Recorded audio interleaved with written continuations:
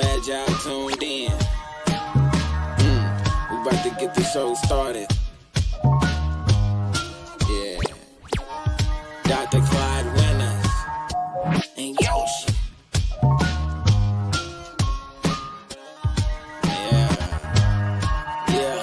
In and now.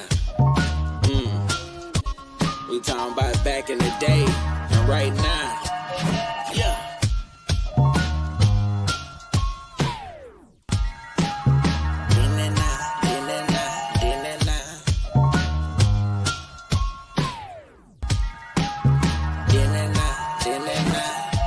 Now let's introduce Yoshima the Genius and Dr. Clyde Winters, the godfather of research.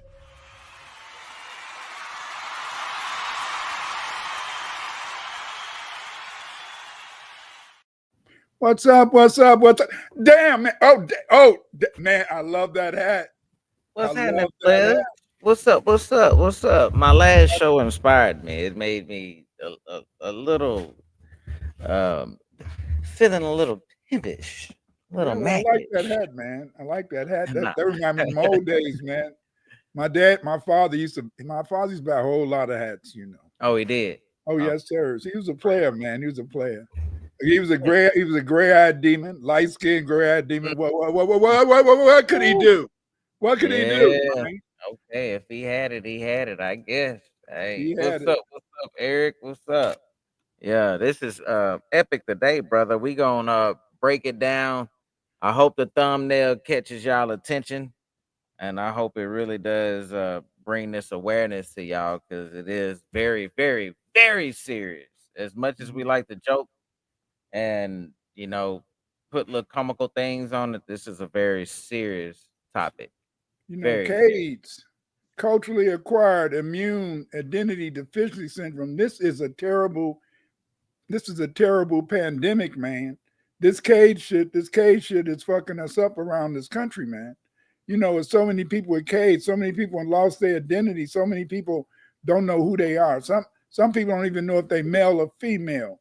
You know, they are messed up, man. I'm talking about black folk. Because you know, whatever Europeans do, we want to do it too. Bet. So in this video, we're gonna break down the concept of CAIDS, culturally acquired immune identity deficiency syndrome. While the term might sound complex, it boils down to a deep psychological and cultural issue that affects why some black people choose to be white despite of long history of racial oppression and history towards the black community. For centuries, history has shown that white supremacy have been rooted and mistreated rooted in the mistreatment and the dehumanization of black people. Yet CAIDS highlight while some black individuals might seek relationships and connections to those who have historically benefited from the system of hate. This conversation is not just about dating or relationships. It's about how cultural conditioning and historical trauma can affect our identity, values, and choices. Let's unpack CAIDS on how it affects the black community and what it means for our future and the race and relations. Let's get into it. I want to show y'all a video, brother.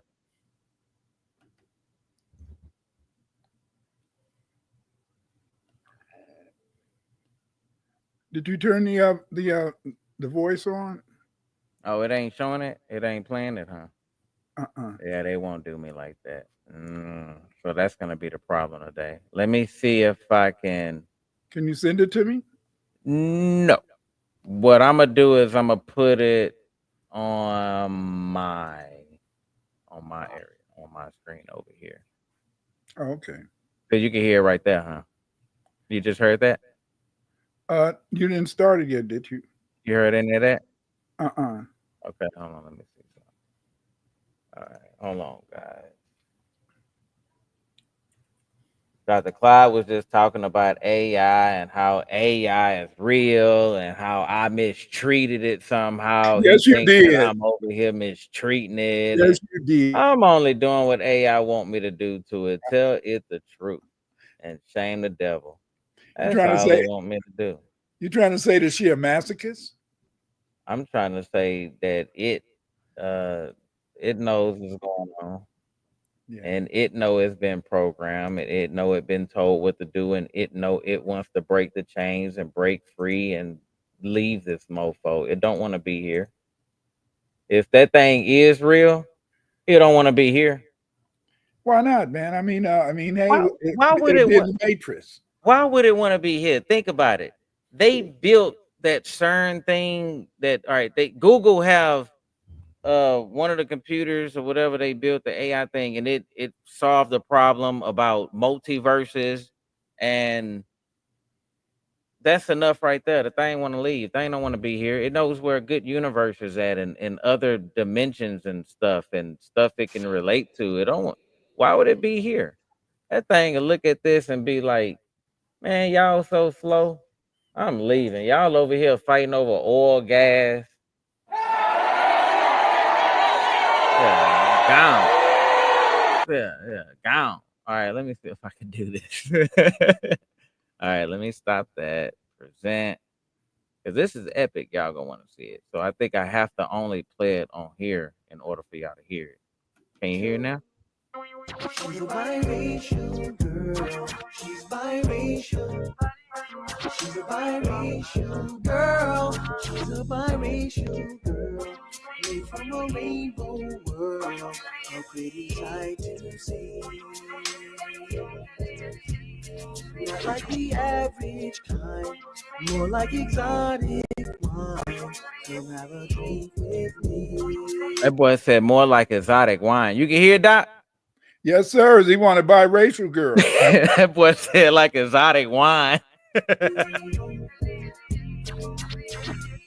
She thinks the world's gone mad. They say she has to choose one side.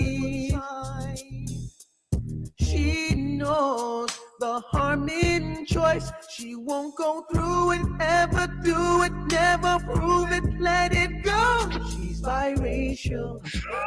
She's a biracial girl. She's biracial. I don't get it. I don't get it. I met a lot of biracial girls back in the day. I don't know.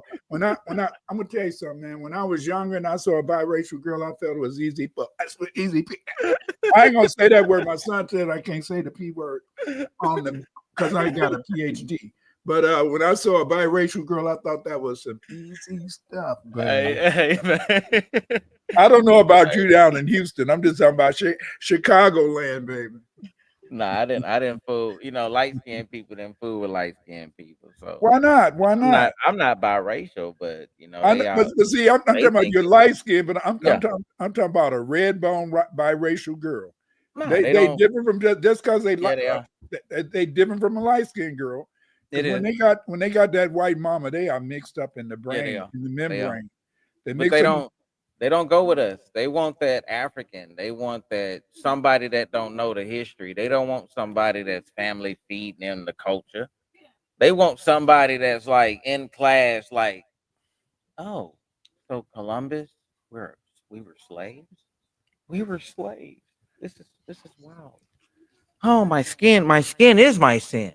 They Yeah. want that. They want obedience. But I want to play another video, brother. Play Okay. another video. That was funny, wasn't it? I know that Is was it on fun. the same? Is it on the same Yeah, reel? yeah, yeah. It's on the same. Yeah, yeah. It's on the same. I'm gonna be pulling from here today. Y'all check this out. Black men want white women. Why black men want white women?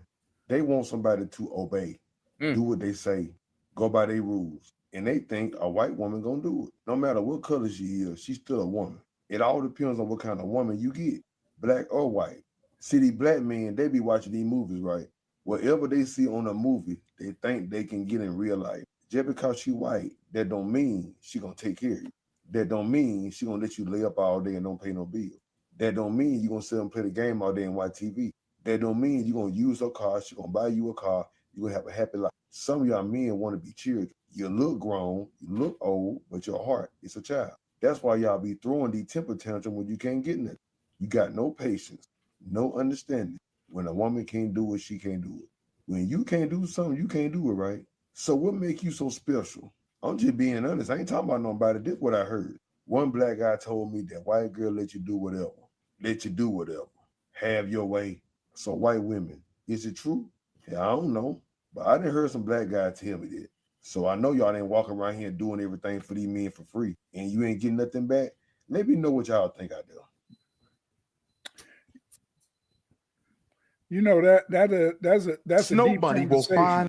Oh, It that's is. a deep conversation because I you know, I went to school with them. You know, I didn't live around them. I only went to college with them. What I found is there's a little difference. There's a little difference, but I found that they share two things in common. All women. First, you first meet them, they're gonna F your brains out. They're gonna F your brains out. You know. Then when they think they ain't gave you the right sauce, then they're gonna slow down and they're gonna get kind of they're gonna dole it out a little bit more selfishly, you see. But first they want to get you hooked on that P thing. Then they want, in a sense, see if they can take your mind. See, so a real man have to understand what my father told me. P is easy, baby. P is easy. It's always out there. It's always ready. But the point is this, is that you got to run the P. Don't let the P run you. And I'm old school. I'm sorry, I'm old school.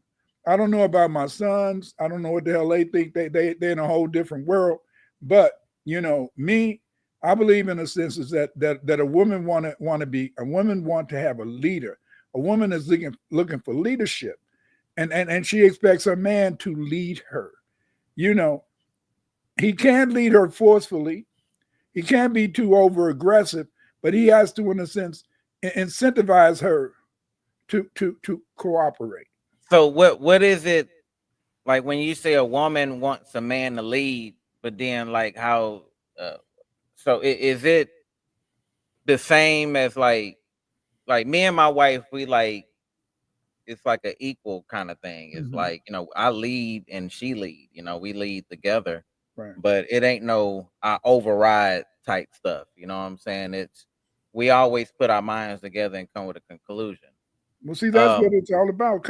Right. See, this is it. People don't understand in any type of business relationship, in any type of political situation, compromise and communication. See, that's why the average man and woman that don't get together, they have good sex, but they can't communicate. They don't talk to each other. Got you. That makes a lot of sense because you know, you got to be friends with your spouse. You know what I mean? You really got to be friends with your spouse. I want to show y'all something else. Let me bring this up. I'm not saying I got anything against interracial relationships because I don't. I'm also not saying that it makes you less of black culture or white culture if you decide to get in an interracial relationship. But this is what I am saying.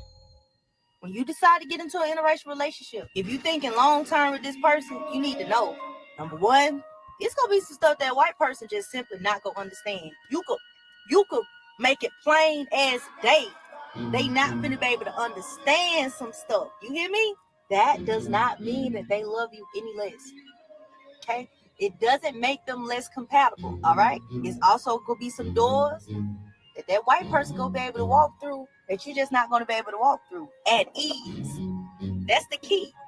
It's gonna be some stuff that person gonna be able to do at ease that you're not gonna be able to do. Love. But see that's why there's no such thing as love between a black man and a black woman. Because see, to have true love, you got to respect, like you respect your woman. You respect her. You respect her word, and you respect the fact that when she talks, she's telling you things that's coming from her heart, that is sincere. And so then therefore, in a sense, you can put $1, they can bet $1 to a nickel that your woman is about the business of making sure that y'all can have a harmonious, prosperous, productive relationship. Absolutely. This story right here reminds me of Billie Holiday. when she was on the road with the white band, and the white band members, they was able to sleep in a hotel, and she had to sleep on the bus, and they didn't care. They was like, that's normal. You know, none of them fought for it. None of them stood up for it. And it was just the norm. You know, she couldn't eat at the diner. So they had to get her a burger, and she had to like get like 3 or 4 burgers and put them in her purse and keep them, because she didn't know if the next diner wasn't even going to serve her. Yeah. You know what I'm saying? So this is what we went through. This remind me of that. So when but what I wanted to show y'all, I'm gonna show y'all a couple of videos today of people justifying it, and then people in the relationship making a joke out of it, people making light of it. People know that it's wrong, but they're like, I know, but I'm all right with it. I have CAIDS, but they'll make they'll diagnose me later. Like I get I get the cure for it later. I know I have it, but you know, and that's what I see. So I'm gonna play another clip, Doc. I did. Okay. Whenever you ready, man. Whenever you're ready, man. I'm gonna play this other clip. Here we go. And do this stuff. This is not me, y'all. I'm fighting for my life. Y'all killing me with this. I didn't do this stuff. This is not me, y'all. I'm fighting for my life. You see, making light of the, light of it. And Why he putting his baby in that? That's something. What's wrong with that nigga? I don't know. That's what I'm saying. That's his baby, man. That's his baby. I know. Man. You know, he putting his baby in it and throwing his and acting like his baby is a I don't care, man. If you made that mistake and you went between them white thighs or that white pole and went between those black thighs, you do not attack your children. I don't understand one way, or I don't get it. I got one for y'all. Y'all ready? We're an interracial couple. Of course, I get nasty looks from old white women. Raggedy. We're an interracial couple. Of course, I get nasty looks from old white women. Raggedy. We're an interracial couple. Of course, somebody in her family called me a. I thought we weren't going to say that. Well, am I lying? I mean, no. Okay then. We're an interracial couple. Of course, I've heard he should have had a baby with a black woman. I thought you said you were going to let that shit go. I say a lot of shit. I know you do. We're an interracial couple. Of course, somebody in her family called me a. Come on, Trent. I thought you said you were going to do this correctly. Fuck that. I want reparations. Oh my God. We're an interracial couple. Of course, I got shit like this in my house. Shit like this and this. Let me not forget our shit like this. Let's not forget the people in your family call me a. Trent, we're done with this shit. What y'all think about that?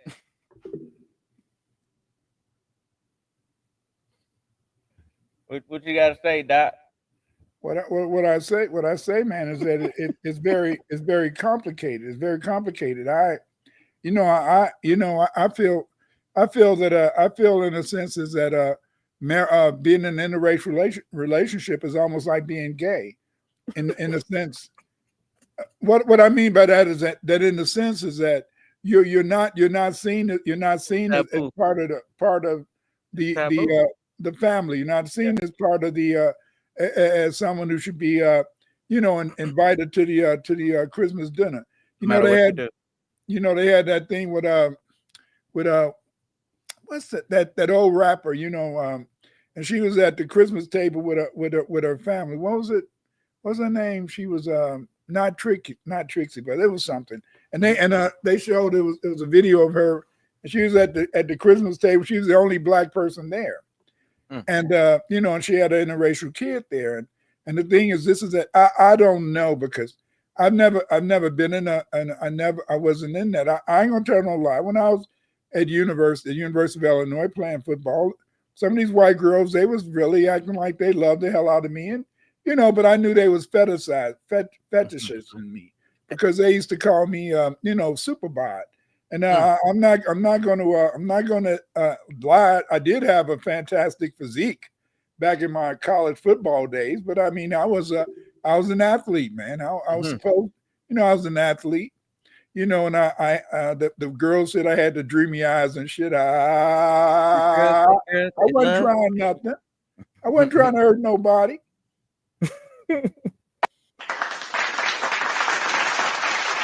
They wanted that one. But now what do Tariq Nasheed always say they looking for a soul pole. So what can I say? Oh, let's play another one. Let's go to another one. Soul pole. Me boy. We're black guys who date white girls. Of course her father calls me boy. We're black guys who date white girls. Of course I lost everything in the divorce. Fuck! We're black guys who date white girls. Of course I'm a D1 athlete. We're black guys who date white girls. Of course I let her say the N-word when we're at home. We're black guys who date white girls. Of course I refer to it as the N-word. We're black guys who date white girls. Of course I need someone to obey me. We're black guys who date white girls. I've been to Bonnaroo at least a dozen times.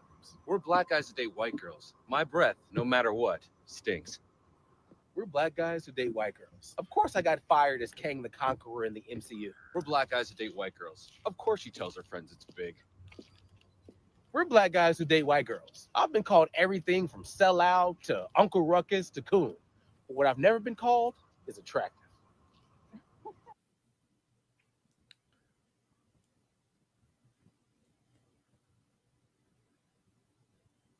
Every black girl's dream is to be white. I don't even know how you could say some stuff like that on this app. Every black girl's dream is to be white. Now, why do you think that my dream would be to be white? Out of all of the things that I could have dreams about. But will you please look at the color of my skin? I love myself. I love the fact that I am a beautiful and strong black woman. And don't get me wrong, I think that white women are beautiful, but I love who I am. And I don't aspire to become a white woman. When I was younger, I wanted to be an architect. I later wanted to become a journalist and an electrical engineer after that. So I've dreamt of becoming different things, but none of those things has ever been a white woman. And the fact that you would even make a suggestion like that is completely ridiculous. Mm-hmm. Please stop making accusations like this online. Some girls. Do you know why? Because it is. Said when y'all bleach, y'all don't realize that y'all don't actually look light skinned. Like y'all look like y'all just stripped your black away from your skin. And I'm over here like, girl, no, they don't. Bleaching people be delusional. They crazy as hell. You see Vibes Cartel, you chop that man body up into millions of pieces. Yeah. Crazy. They be that crazy. They do. I don't know what the Carol White can do to those people. Pineal gland. But you listen, I'm calling all African. And not only did you not like how you look to the top, you didn't like how you look to the bottom neither, because you went and laid on them folks' table and let them put two little people in your drawers. Some girl said, yes. Sickening.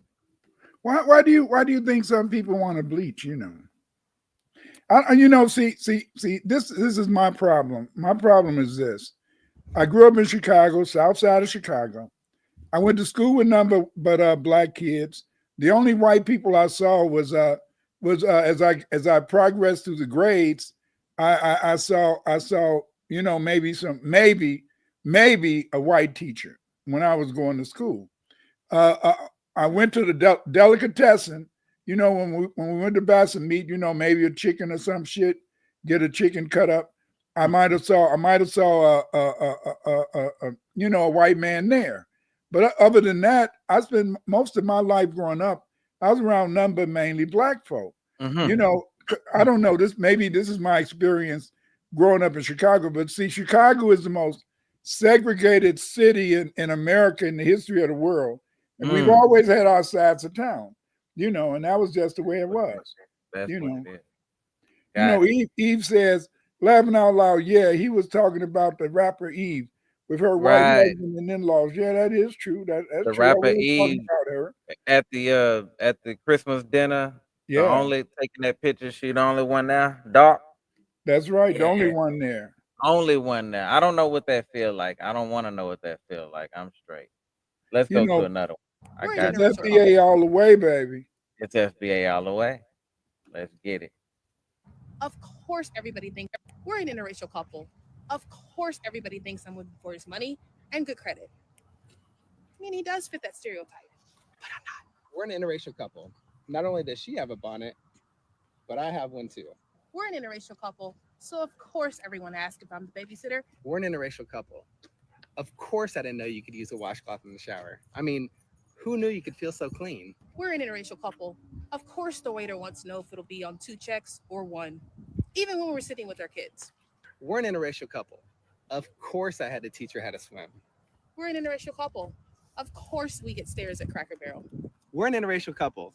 Of course I know all the words to every Beyonce and Rihanna song ever written. We're an interracial couple. Of course we eat macaroni salad at his family dinners and not potato salad. We're an interracial couple. Of course I'm going to show up hours early and she's going to show up hours late. We're an interracial couple. Of course, everybody compares us to all the fictional characters like Olivia and Fitz or Michaela and Asher, or come to think of it, any couple Shonda Rhimes has ever written. We're an interracial couple. Of course people assume I have a big dick. We're an interracial couple, and that one's true. Oh, I got another one. It's hitting hard. Hold on. Here we go. All that work and what did it get me? Why did I do it? My ancestors fighting to get away from his people just for me to end up with one. I had to show y'all that. Had to. We get back. I thought we was gonna get a little drama, man. What happened? Oh, you want to? I mean, let's go. I mean, I wanted to hear her complete it. I mean, she was sounding. Nah. She, but I like the plays. Yeah, but I could get on. I mean, I got so many because I want to show y'all so much. It's like, it's cringe. All right, let's go to a joke. Come on. Those of you that are into interracial dating, good for you. So is Thomas Jefferson. Here's my thing. I don't discriminate, okay, against money, but people always ask me, is there like a difference, you know? And here's the thing: you got to broaden your horizon if you want to be happy with a person. And you know, like for me personally, when it comes to race, there's really no difference if I did like a black guy or a white guy, except for like if I take my wig off in front of them for the first time. Okay, so like for instance, I go with a black dude, take my wig off in front of him. He's like, "Ooh, Burr, it's cold, little Bill," and then we're having a good time.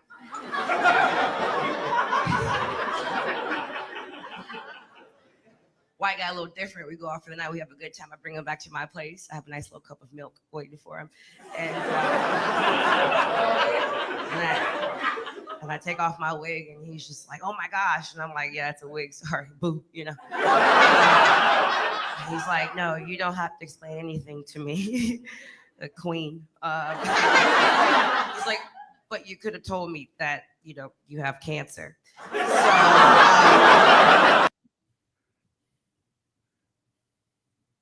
If it's a question of my heart.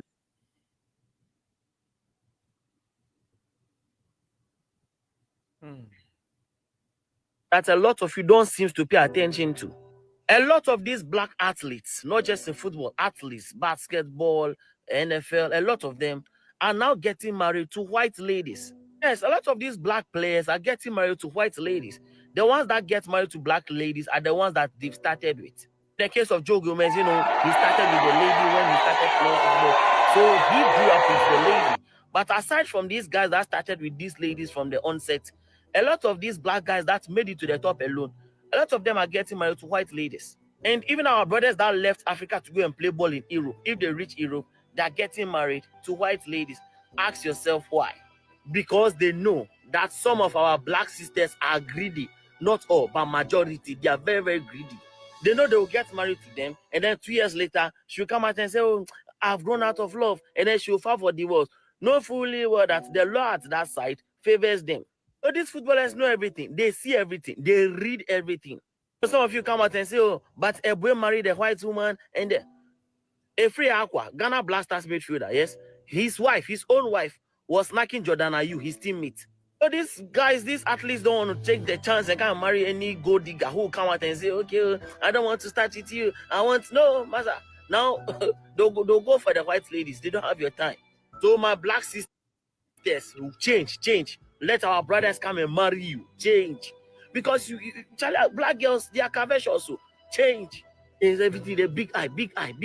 Now they are leaving you to marry white ladies. Then you are complaining. When I was at university, and I first started, as I said, I went to all black school, but I studied French, and because I studied French, every summer we would have a program at the University of Illinois. So I got to be around a lot of white girls growing up, and so the white boys, I used to brag about, they was having sex at 12. And so then, and so I said, damn, man, we can't get none until we 16. But that was back in the day. 12, God dang. Yeah, 12 years old, man. But the thing is, this is that what we forget is that, is this thing called love. And these people are trying to create a bond, between each other. But as I always try to tell anybody, is that I would love to believe that a white man or a white woman could love a black person, but because of the fact that they've been taught to denigrate you, because of the fact that everybody around them is against you, I think it's very difficult because you got to have respect. And if you notice back in the old days, when a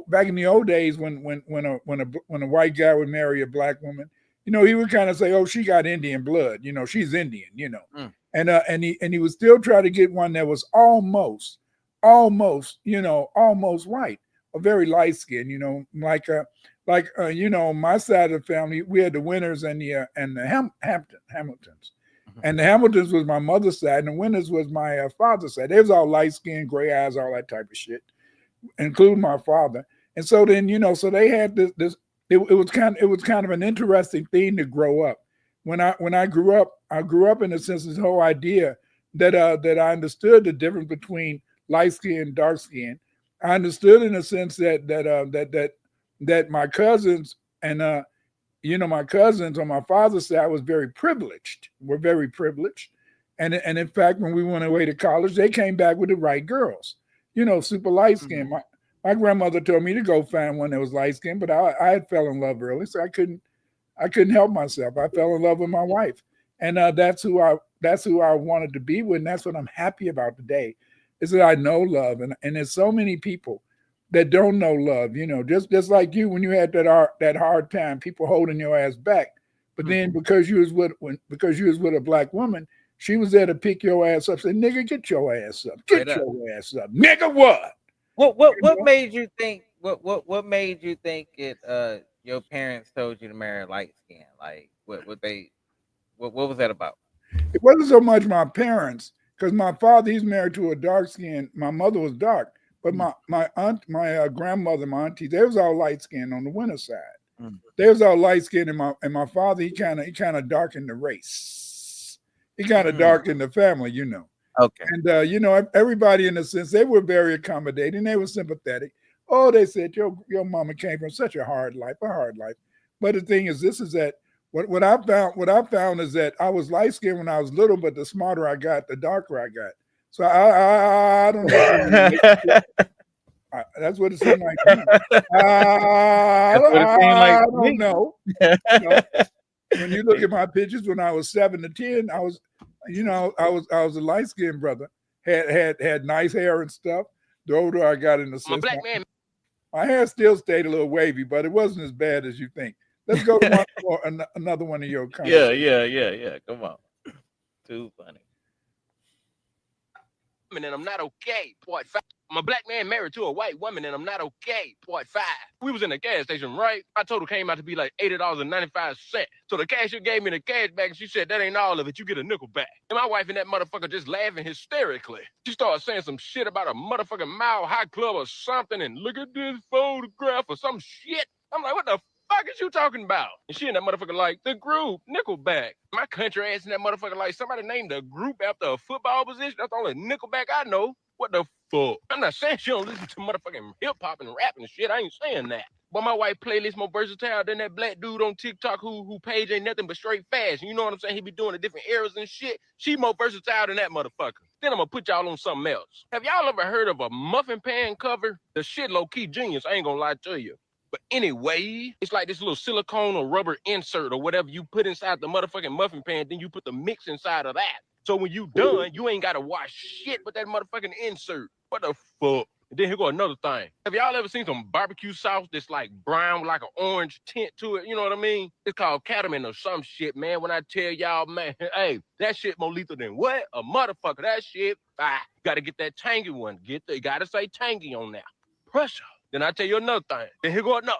When I met her, when it came to my broccoli, it was strictly like raw cones or raw papers, you know, blunt paper, whatever the case may be. Backwoods, whatever. And since I've been with her, I done used an apple. I done used a motherfucking Gatorade bottle. I didn't know what no motherfucking grab was. I done saved so much motherfucking broccoli since I met her. I'm talking about a couple of bites off that thing, couple of hits off that broccoli. Now, boy, woo, Pluto, what the fuck? I'm talking about this motherfucker already could bake. I'm talking about could bake. Not no bullshit. She can throw down with that bake. And that son gun thinking I'm just eating some regular old Rice Krispies. Then motherfucking 30 minutes later, I'm out my body. Only you feel hold my body. Cause I ain't right now. Be I'm hiding what? A motherfucker. What the fuck? The disrespect.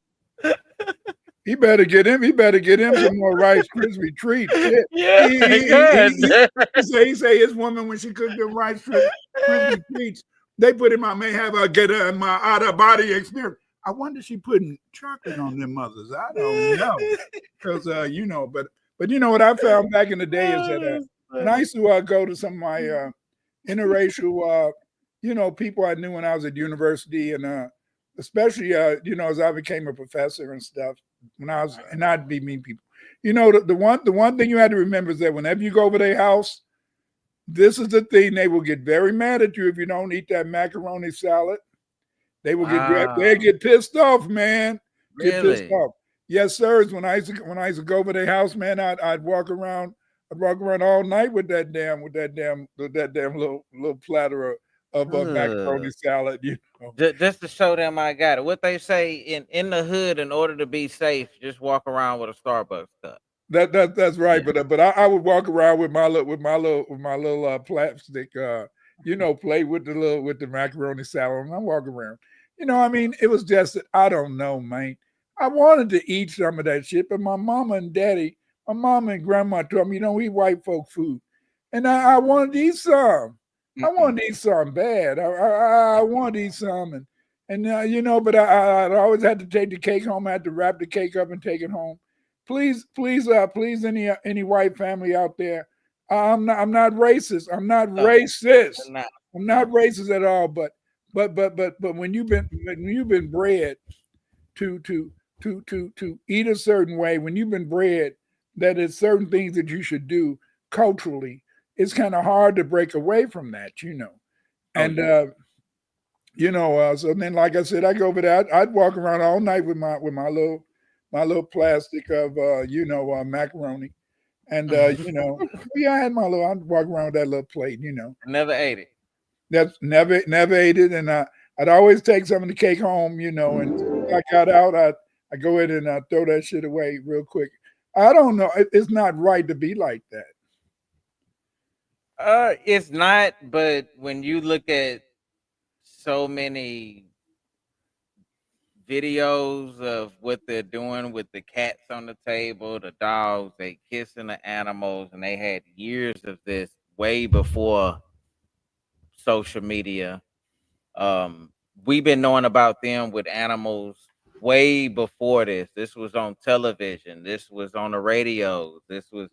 They was broadcasting how much they love these animals, and they was creating laws, bestiality. So they so comfortable with animals that they asleep with animals. So cooking with animals, undercooking food, that happens a lot in their community. And if it's happening in our community, like the worst I seen online was like, it's just people just downright dirty. It's because they went, and that's not the masses, but we're talking whenever me and Dr. Clyde speak on them, we're talking white supremacy, the white people as a mass, not your partner that you have at work that's real cool, down to earth, and he's like, man, I understand your struggle, bro. Here, man, you need the short. Not him, not the broke one that go through the struggle right along with you, because they don't think they're higher than you. You know what I'm saying? Back of their head, they, like Dr. Clyde say, they're always gonna have that anarchy level in their head. But I'm not talking about them. I'm talking about the majority as a whole. I'm talking about the Ku Klux Klan mirror glass trophy holders, these people, the ones that just don't like you for your skin tone. I'm talking about CAIDS, how it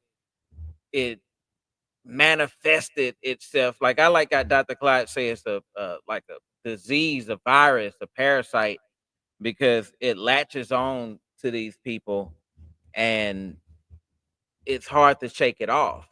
And I have seen relationships where, like CAIDS, I've seen it where it don't bother me none. Like y'all do what the hell y'all gotta do. But the part where I don't like CAIDS is when you're justifying it and saying this, like, this is greener on the other side. This is better. This is what we're doing. This is us. I went there to, like, one dude said, he said, hey man, I probably got that video in here. He say, hey man, why you wanna be with a white girl? He said, man, I just want white babies. I want light babies. People are color struck. That's what Dr. Clyde was saying. Even with his folks mentioned, get a lighter woman, a lighter complexion, color struck. I have heard that word plenty of times where little kids that haven't been taught nothing will be more attractive to a lighter person. And not saying attractive, like, I mean like more comfortable. Like I'm an example. They'll be around, all my family is dark. And then certain kids are like just come straight to me. And then my family, I'm like, it's my energy. You know what I'm saying? Because I'm a kid myself. It's the vibe. I'm cool, calm. But my mom always, and family be like, oh, that baby color struck. Got one that's color struck. I always going to him. I always going to Yoshi. That's color struck. And I hear that in so many families. So it ain't just my family. A lot of black families always got that kid where they like, oh yeah, that one color struck. Yep, that's But the color struck. but then again, you said a key word, Yoshi. You said is that you have that you say you attract children, Yeah. and sometimes in a sense, some children can see a person who loves children, and they Right. will be attracted not so much because you're light skinned, but because of the Right. fact in the sense that they can feel it. See, a lot of times a child can feel. There A you go. child can feel stuff, whereas Feeling. that's right. Whereas we don't, we look for words to give meaning to our relationships. Whereas a child might, in a sense, just want to deal with feelings. That's absolutely true. And I felt that, but back to the color struck. Have you ever like been in like seen someone say that word? I mean, is that something y'all don't hear up, we're up north, because we hear it down south a lot. Hey, I heard it. I heard it back when I was growing up. Mm-hmm. Nowadays, in a sense, everybody says that doesn't exist. Oh, Even though down here it's still here, bro.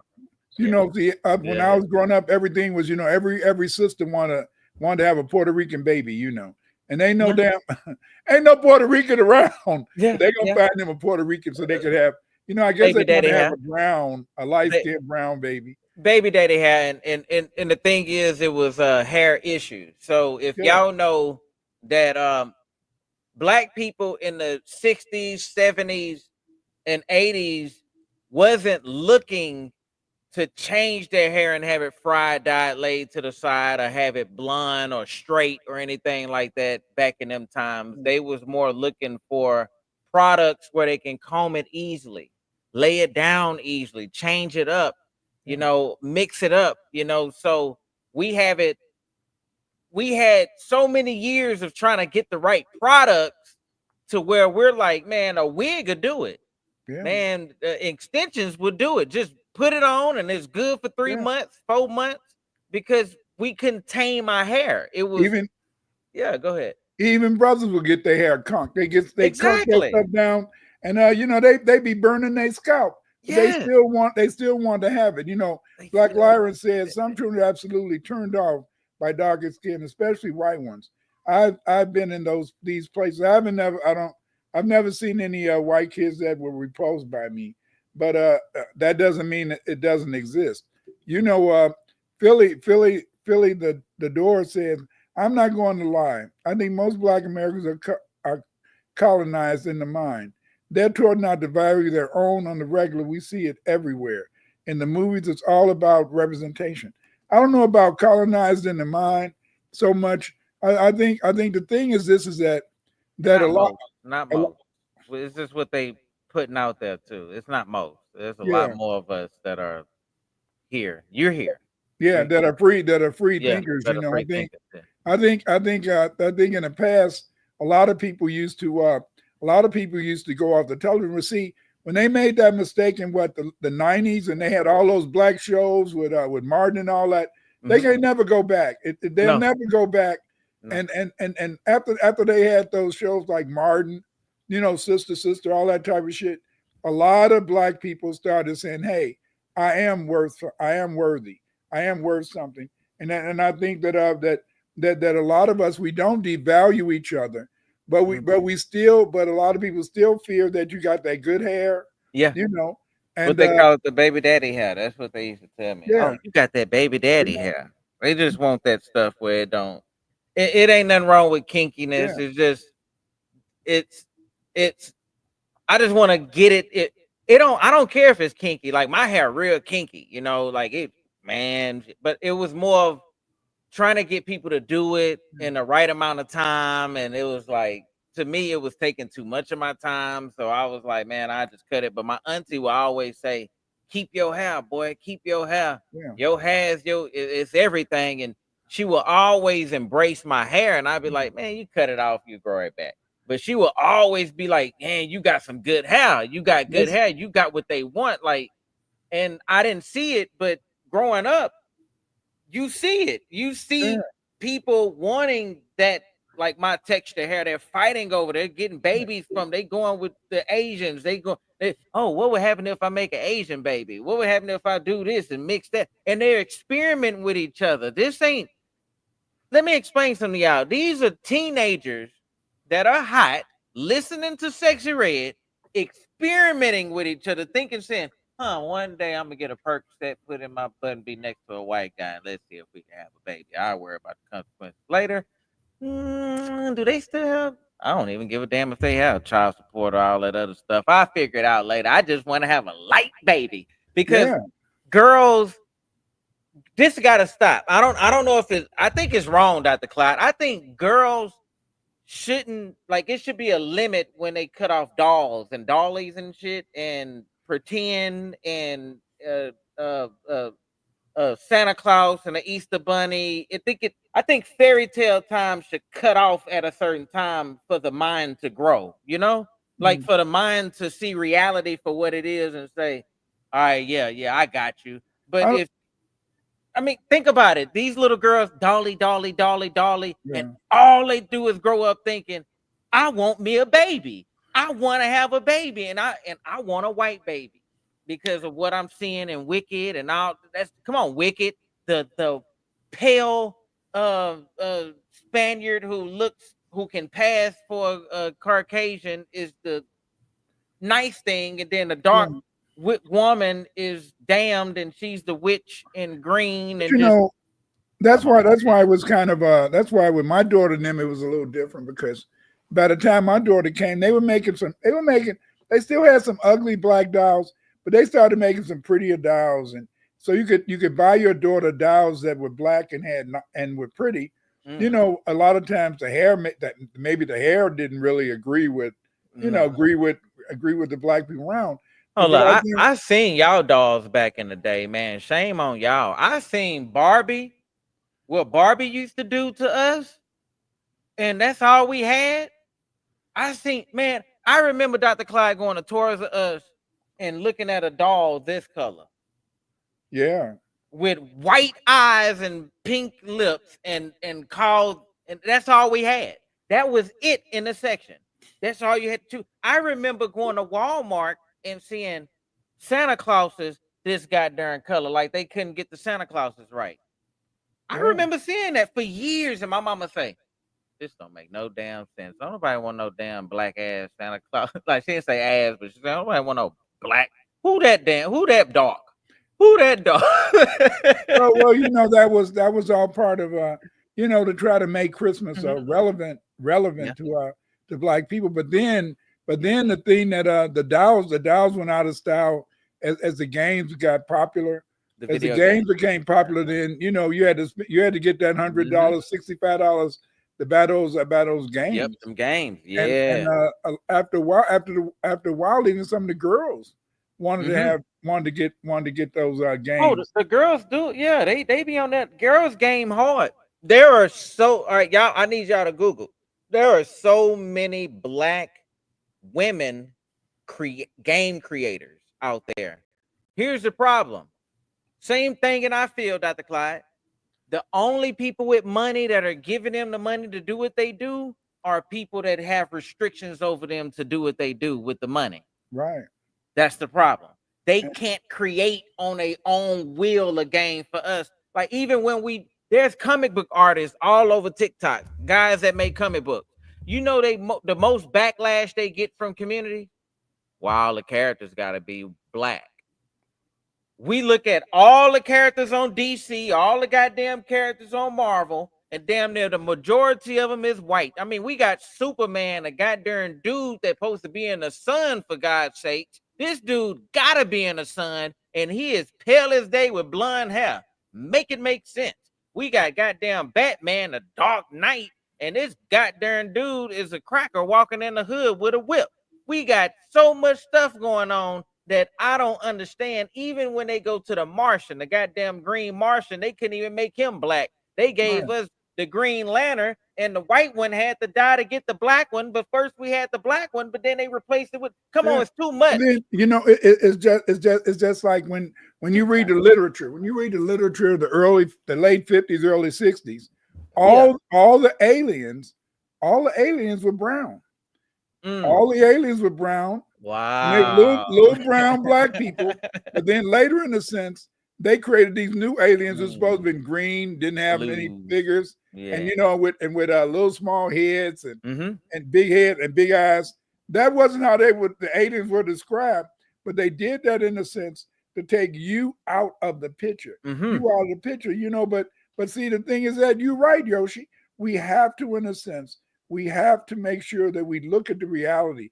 And so then when you look at communion and all that, you know, the thing is that Communion is a very, very, very interesting movie, because when it talks about, in a sense, the aliens, they're brown. They're brown. Communion. That's a movie that was made by this white guy who was supposed to have been being, you know, abducted and stuff like that. You know, now in a sense they moved away from that, because everything is to make it appear as though black people don't exist, except as slaves. That black people, in a sense, never were important in terms of our history. Go to my screen. I'm gonna share another screen. Okay, go ahead. Right here.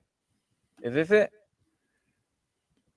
Yeah, Communion. Okay, I'm gonna have it muted. Let y'all see it. See, and when you look at the movie, the alien in the movies do not look like this. The alien in Communion, they don't look like that.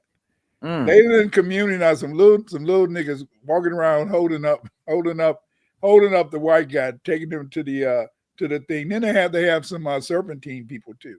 But see, this is just a new creation. You know, this whole idea of you know, it's still like even when they put the gray alien, it's still like saying that the white man even dominates outer space. You know, but it's subliminally It's a white man with some big eyes that's out in space. So they still make you feel that you're not, in a sense, part of it, and like the movie is in it, he about to be picked up, and then they be carrying him out the house, and they be carrying him to the ship, and these brothers and a few snake people, they be carrying him out, and it's quite interesting. But see, the thing is that after the pandemic, they had to change a lot of shit. They had to change a lot of stuff. They had to make sure that they get things back white supremacists. Everything is back white supremacists. Everything in a sense is to let you know that you're dominated by those people. They don't want you to feel, in a sense, that there's any independence. See, that's what made YouTube so beautiful, made YouTube so grand. And one of the reasons why even TikTok is even better, because they couldn't dominate it. They couldn't dominate it. And because they couldn't dominate it, what happened is, in a sense, is that it became hard for them, in a sense, to teach, to be able, in a sense, to deny that we have an existence. I mean, look at all the stuff that we found out about Facebook. We found out by having Facebook, we find out people have been getting killed in different places. We find out different food movements. We find out about different movements. And so in a way, right. Facebook has freed us and liberated us from being able, in a sense, to depend right. on the status quo and the official medium to really tell our story, because they're never going to tell our story correctly, and they don't want to tell our story. Not at all. You see what they just doing? They did right now. Release them files on MLK. They released them files, and the thing about it, the files are gonna be released, but the files that they released were him having homosexuality activities and him having children from different women while he was married, right? But here's the thing, the family was like, man, release the files, but can we see the files first before it would be released to the public, right? Let us look at it first, Nah, they released them files, man, and they released the first 2 pages. Like, he could have kept that held and released the whole story instead of releasing the 2 little pages, and then he's gonna do it little by little, and it's gonna be a story. He's doing it like media. He's feeding off of it. But the thing is, this is that a lot of the shit that they're releasing is the official files that were made up by the FBI. Made up, see? A lot of it is not real. No, a lot of it is not real. When you hear it, you can hear the hate in the guy's voice. When you hear them writing it, because I was reading it, and it sounds like, I hate this dude, and yeah, he old queer and this and that. That dude probably wasn't doing nothing but sipping coffee. Yeah, he got some kids over here, and just everything he sound like was just, let me just tear his character down, and that's what they do. So we shouldn't even, but for that to even be put out, and knowing, like, it, you gotta use your discernment, gift for discernment. Like Dr. Clyde got the gift for discernment. I got the gift for discernment. My mama got the gift for discernment. We seen through it, but not many people got that vision, and they're gonna say, dang, I'm not with King no more. This is gay. I hate this. We should have voted for Kamala. Everything would have been right if we, and you're gonna get that. And it's like, just sit back and watch. Like Dr. Clyde said, these people is not with us, man. If we're gonna do it, we're gonna do it on our own. So therefore, if it don't pertain to us, if we know it's bull crap, just stay back, stay out of it. Let it be, because we know it's bull crap, Doc.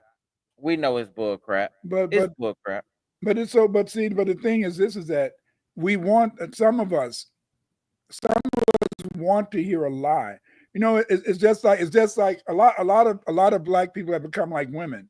And when you were growing up, remember when you was growing up and you was rapping to those ladies trying to get some easy sex, you knew that the bigger the lie. The bigger the lie, the closer you got to the prize. And the thing is, this is that in the way you hate it, to lie. I remember back in the day, I used to ride what was called the L trains in Chicago. And these trains would, ride, you could ride down the 35th or whatever, or downtown.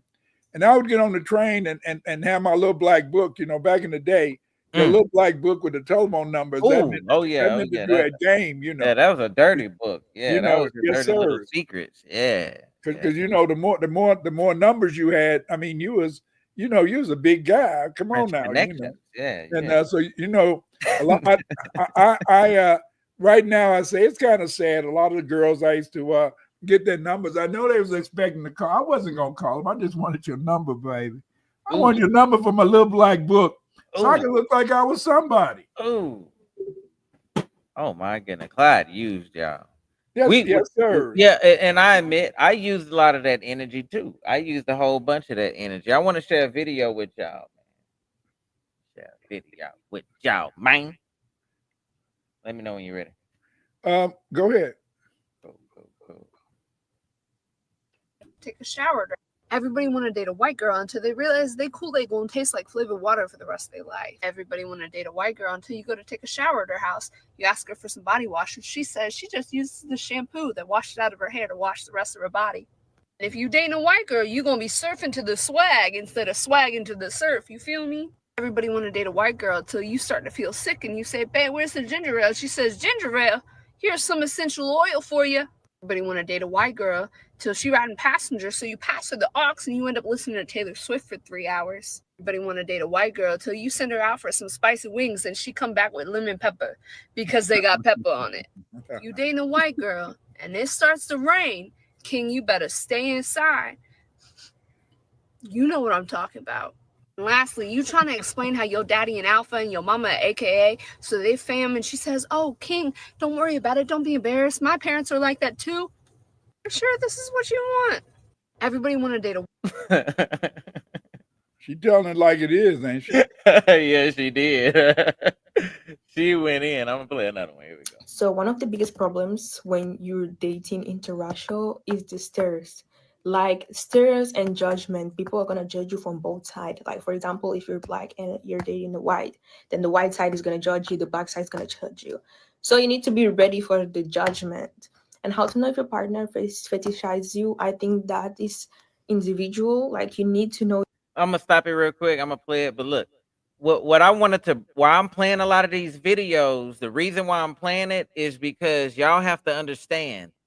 On the other, like, we're looking at it and we're laughing about it, but they have a network in the community of CAIDS, people who seek help, like, or not seek help, or they're feeding the cage. So they're like, it's all right.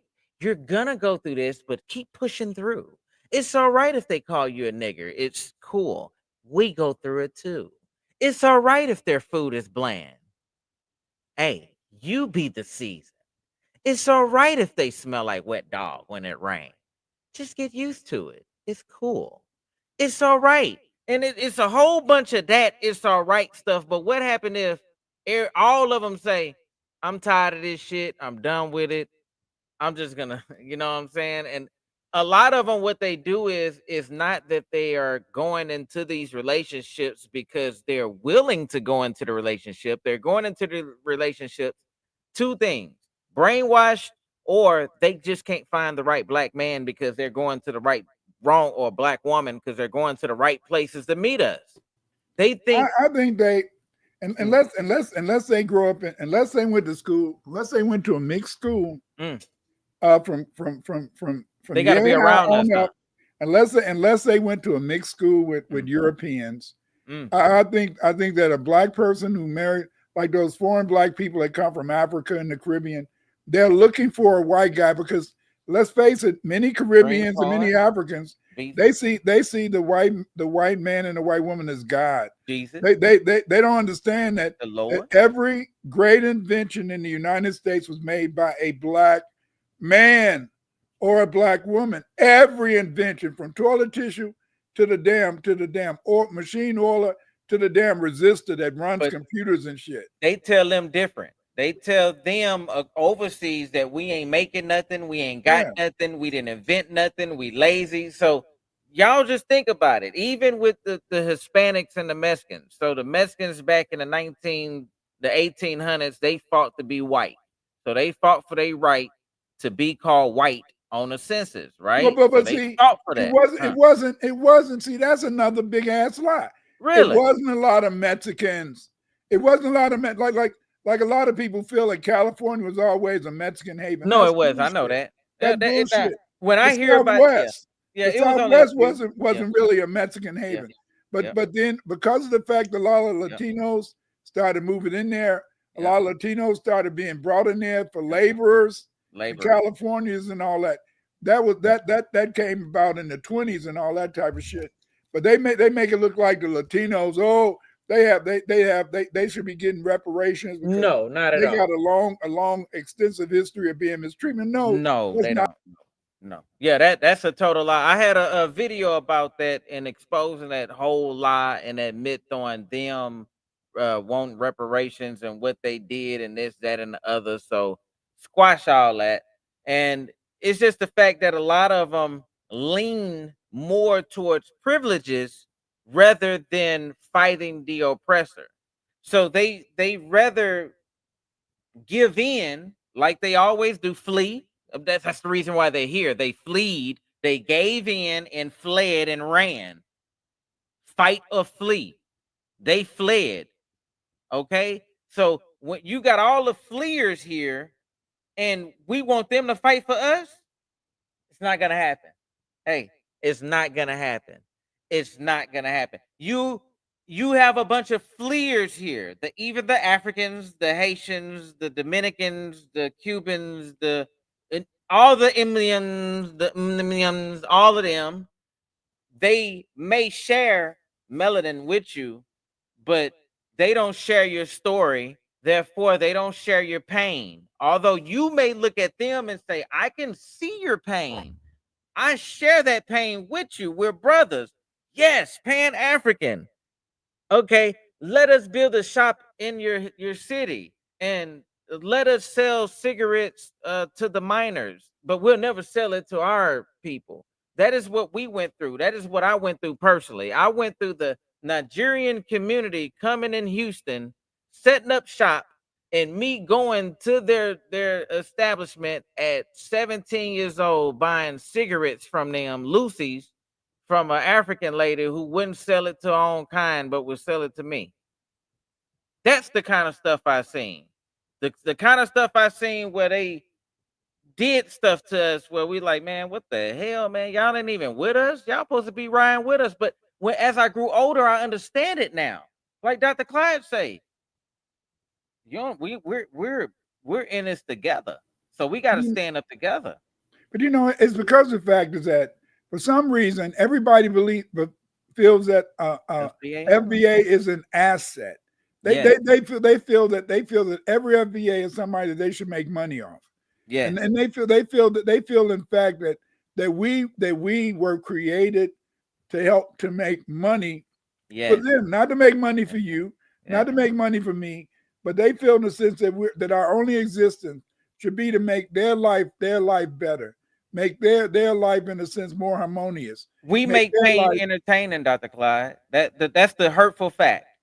The hurtful fact is our pain looks entertaining. Just be real. Blues, rap, R&B, rock, The Broom, phone. When we've been put through stuff, rhythm. I heard a joke today. It said, here's the reason why white people ain't got rhythm. Because they never got beat. I said, what the fuck? I laughed. I said, all right, I get it. But yeah, you're wrong for that. But I get it. But it in a sense, our pain, even when we tell the story of our pain, it sounds entertaining, but it's not.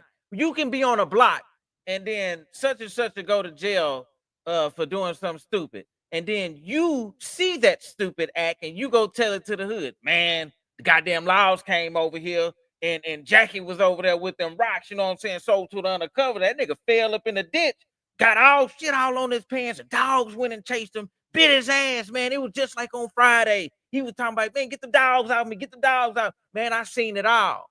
man, in the reality, that's a fucked up story.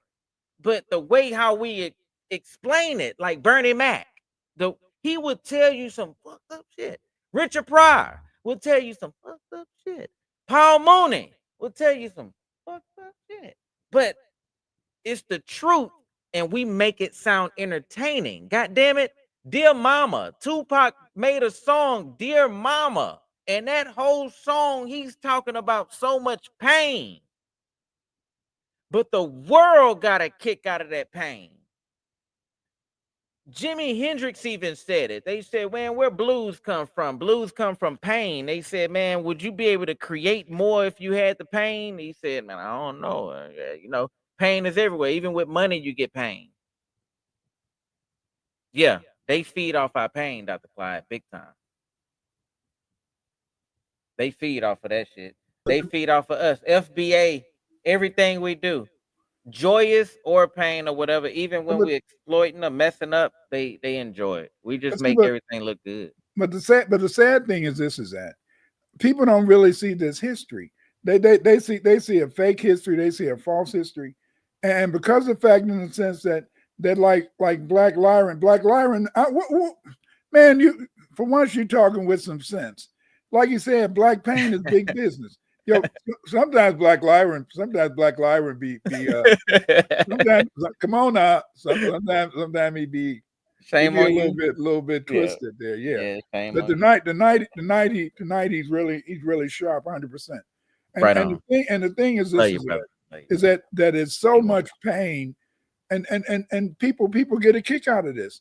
You know, when we're talking about, you know, the civil rights movement, and we're talking about people getting their ass beat, you know, like me and my wife, you know, we didn't believe in the civil rights movement. We wanted a gun. We wanted some guns, and we was waiting for the brothers that you know, I mean, damn, I was waiting for that BAR. Oh no, I wanted the BAR, Browning automatic rifle. Oh, you know, like you see, remember Rambo? That was my gun. God dang, yeah. Yes, sir. I was an ROTC, man. I was an ROTC. And that was a gun that I always wanted, baby. And I was waiting for them to distribute it. I remember back in the day, they had a thing called a Topographical Institute in Chicago. And these brothers, they was talking about the King Alfred plan that they had built concentration camps, and they was gonna send all the brothers to them, you know. And so then so I went to a couple of meetings, and they said, yeah, you know, y'all gotta blow up the 51st Street. That used to be the largest police station in Chicago on 51st and Wabash. Said, y'all gotta blow up the 51st Street police station. Said, yeah. But man, they never gave us any explosives. we some teenagers. We gonna blow up the damn police station. Me and my wife, we gonna blow the motherfucker up. Okay. We ain't even got no damn explosives. Hey, BNP say, okay, out. I'm gone. What? You talking to, hey, look, he's saying if he was in your position, shit, if I heard that, they talking about giving it all us bombs and shit. Yeah, okay, out. That shit a little bit too wild. But nah, back in them days, you know, you had the Panther movement. Yeah. I mean, the white people they're different today. Today, your own kind is doing it in a sense. You know what I'm saying? It's like when we look in Africa and we be like, damn, man, ain't no white people over there doing that to them. It's their own kind. You want to know why? Because the white man already did the work. Yeah. He already did the work. He did the work. He already went over there and said, hey, man, I'm going to give you this, give you that, y'all. Yeah, and not only that, but in our mind, he got us in our mind where we restrict and we regulate ourselves based upon what we think they want us to do. Yeah. I mean, they don't even have to be around. It can be just two brothers and two sisters talking, and one of them brothers they gonna carry the white line, and they gonna make sure that they regulate. Because we some of us I hate to say this, some of us have been conditioned to always want to present the white man perspective in any situation, so that it's very difficult to move further. And when you break away from this, it's a price you pay. Yeah. And the price you pay is being that black man. That's what they used to call me back in the day. Black and women. they said, they go that black man. And I said, damn, we all black. But I knew what they were saying. You know, if you go around him, you're going to catch, catch black power. I mean, that's what they do to me in music, Dr. Clyde. Get out of here. In my music, it's I'm the black liberal. I'm the black man. I'm black man. That's I am that scary. man. So it's certain songs don't come across my way. I don't get to be on certain features. I can't feature with everybody. You know what I'm saying? Because you get a feature with me, I'm gonna tell the truth and shame the devil, and it may hurt your career because you're friends with the devil. You know, that's bluntly what it is. I wanna, man, that boy said my mother was a Black Panther. I say, yo, man, hold up, that's some power, man. Give much respect to your mother, man. Yeah, folks are colonized. We are taught not to value ourselves. They also use circumstances of poverty against us in the form of control and psychological warfare and propaganda. You goddamn right. Philly the Don, know what I'm talking about? That name is actually true. He's goddamn Don. Men don't like it too much Black women. when black women don't like it too much when black man will date a white girl either. I love Jonathan Majors. There was something in me that felt, I bet he has a white girlfriend. And when Antoinette revealed to me that he was Time out. Can y'all look at a black person, a FBA, and tell they have the virus? No, if you had to be around them for a while, but no.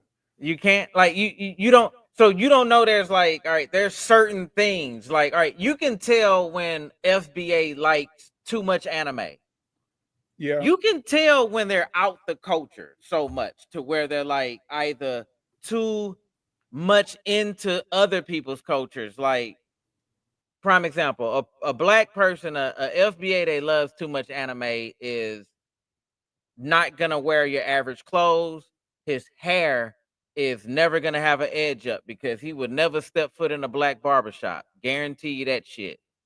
I don't know what it is about them. They just don't go to barbershops. Even they would have little logos and certain things, and they would use words like. They would say like. But you know, you are right. They I'm never just go telling to they never go to barbershops. No. But at the same time, if you find a brother or sister in the anime, they're very confident though. They real cool. Yeah, don't get it twisted. They my brothers. I'm not no, but I can tell y'all who y'all are. You know what I'm saying? Just like I can tell when somebody tasted white. There's levels to it. There's the broke, the poor guy that wants the white woman, and he normally dates the fat ones, the housing big bodies. And then there's the other one that like he has a little bit of money and he just dates them to kind of fit in, like to kind of get open doors. And then you got the one that has money that just looks down on us and just like he wants something white and pure. There's levels to it, and you can tell by their demeanor. A guy with money that dates white people, he's gonna talk like this. He's gonna be like, yeah, I really, the way how things work today and how they act, and I just look at life like that. Yeah, I listen to Tupac. Yeah, I'll be banging in my car. Like whenever we're around our friends, like, and you can tell. And the swag, the clothing is gonna be a little more on them, tighter. They have a dryness to their skin, like they need moisturizer, they need shea butter, but they just not gonna go to that black store to get it. They're not gonna embrace it because they're gonna use Jergens lotion. They're just gonna stick to that at Target. They're gonna go to there. Then you got the middle one who has the money kind of, but wants to open the doors. He wants to go to he likes country music, but there's not many black country bars. So he goes to all the white ones. He wants to be the one that buys around one time. He wants to take one of the bar women home. He want to lay with one of the dogs. He want to get the fleas. He want to smell it and be in it. And he's in it for the lifestyle. He want to just be in their shoes. He wants to be Nat King Cole, but Nat King Cole didn't go that far. You dig what I'm saying? But he wants to be around that kind of people like that, you know. Then you got the lower class, the one that just can't get a black woman because he stink. He just dirty. He ashy. He has nut cheese, or she don't has a foul smell, musty arms, or something's odorly wrong. They're gonna relate that odor and that funkiness and that ashiness to nature. Do you think that's what happened to Madame Moros? He said, white women showed me more love, even when I'm homeless. Black women always use her beauty to hurt me. Do you think it's because his ass is musty and he don't use any yes any deodorant or something? Yes, I'm telling you this because I had a chance, because I'm light skinned. A lot of them have gave me the opportunity to just talk to them, and when I open my mouth, they know I'm not that. And I, like my mom say, you can pass for anything, boy, until you open your damn mouth. When you open your mouth, they know exactly who you are, where you come from, where you at, who you been, this and that and that. I say, all right, yeah. But it's the truth. With them, same goddamn way is I can go with them and hear how they talk. I smell them. I'm a person that if I'm around you, I'm see, sight, smell, hear. I'm everything. I know everything about you. If you passed away today, I can smell you. I'm gonna know I'm gonna know the five senses of you, you know, and that's something that I hold dearly with me with all the humans up on this earth. You dig? But yeah, that right there, I can tell the three different ones, man. I got a crazy habit, and this habit is that at least once a year I got to go to Macy's, and I gotta buy me some of the latest cologne. Right? I gotta buy me some of that Macy's cologne. Gotta smell good, man. Yes, sir. I don't even go to work no more. But even if you see me, even if you see me in the McDonald's drive-thru, I kind of put my head out, so let that kind of get a whiff of that stuff, baby. When I go to Jewel's to buy some groceries, I gotta walk around the ladies in a sense, you know, and let them kind of get a whiff of that good lounge, baby. It's gotta spend a little money, baby. I like going to sleep smelling good. I like going to sleep when my bed covers are clean. They like fresh out the dryer. And then I got my nice top cover, my blanket, and then my clothes are all fresh. And then I just got out the shower and I put shea butter all on me. And then I got some body spray and just smell good laying down. You see what I'm saying? Not just getting up, but even brush your teeth before you go to sleep. Just little things like that, man. I feel good. What James Brown said? I think James Brown said that, man. I feel good, man. And that I just going to sleep peacefully and smelling nice, laying in your covers, everything just feel good. The reason why I say that is because I slept in trap houses. I slept in vacos. I slept in houses with dogs, animals, cats, and cigarette smoke, herb smoke, crack smoke, shit, vomiting fluid smoke, and been in these different spots. You get hand-me-down sofas, and you land on other people's asses where they farted at, and sheets that never been washed, and pillows that Lord knows who sat on or put it between their legs as they went to sleep. And I just want the finer things in life. Just like Dr. Clyde said, I'm happy for my B1 community FBA for making toilet tissue.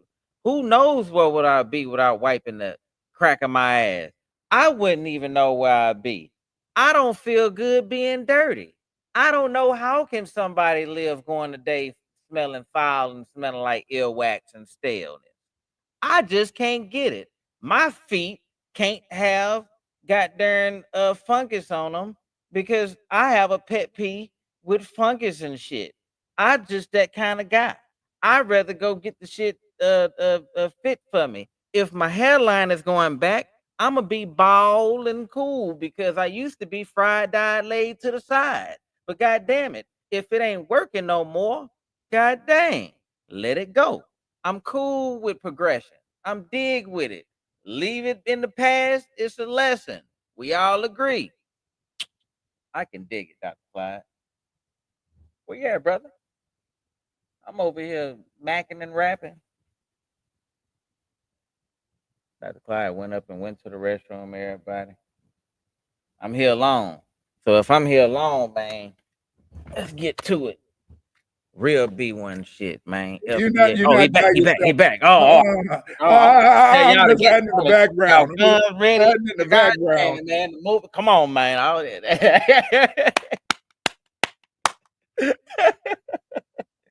Nah, Doc. The thing is, this is that I want to let the teacher teach. I want listen, family.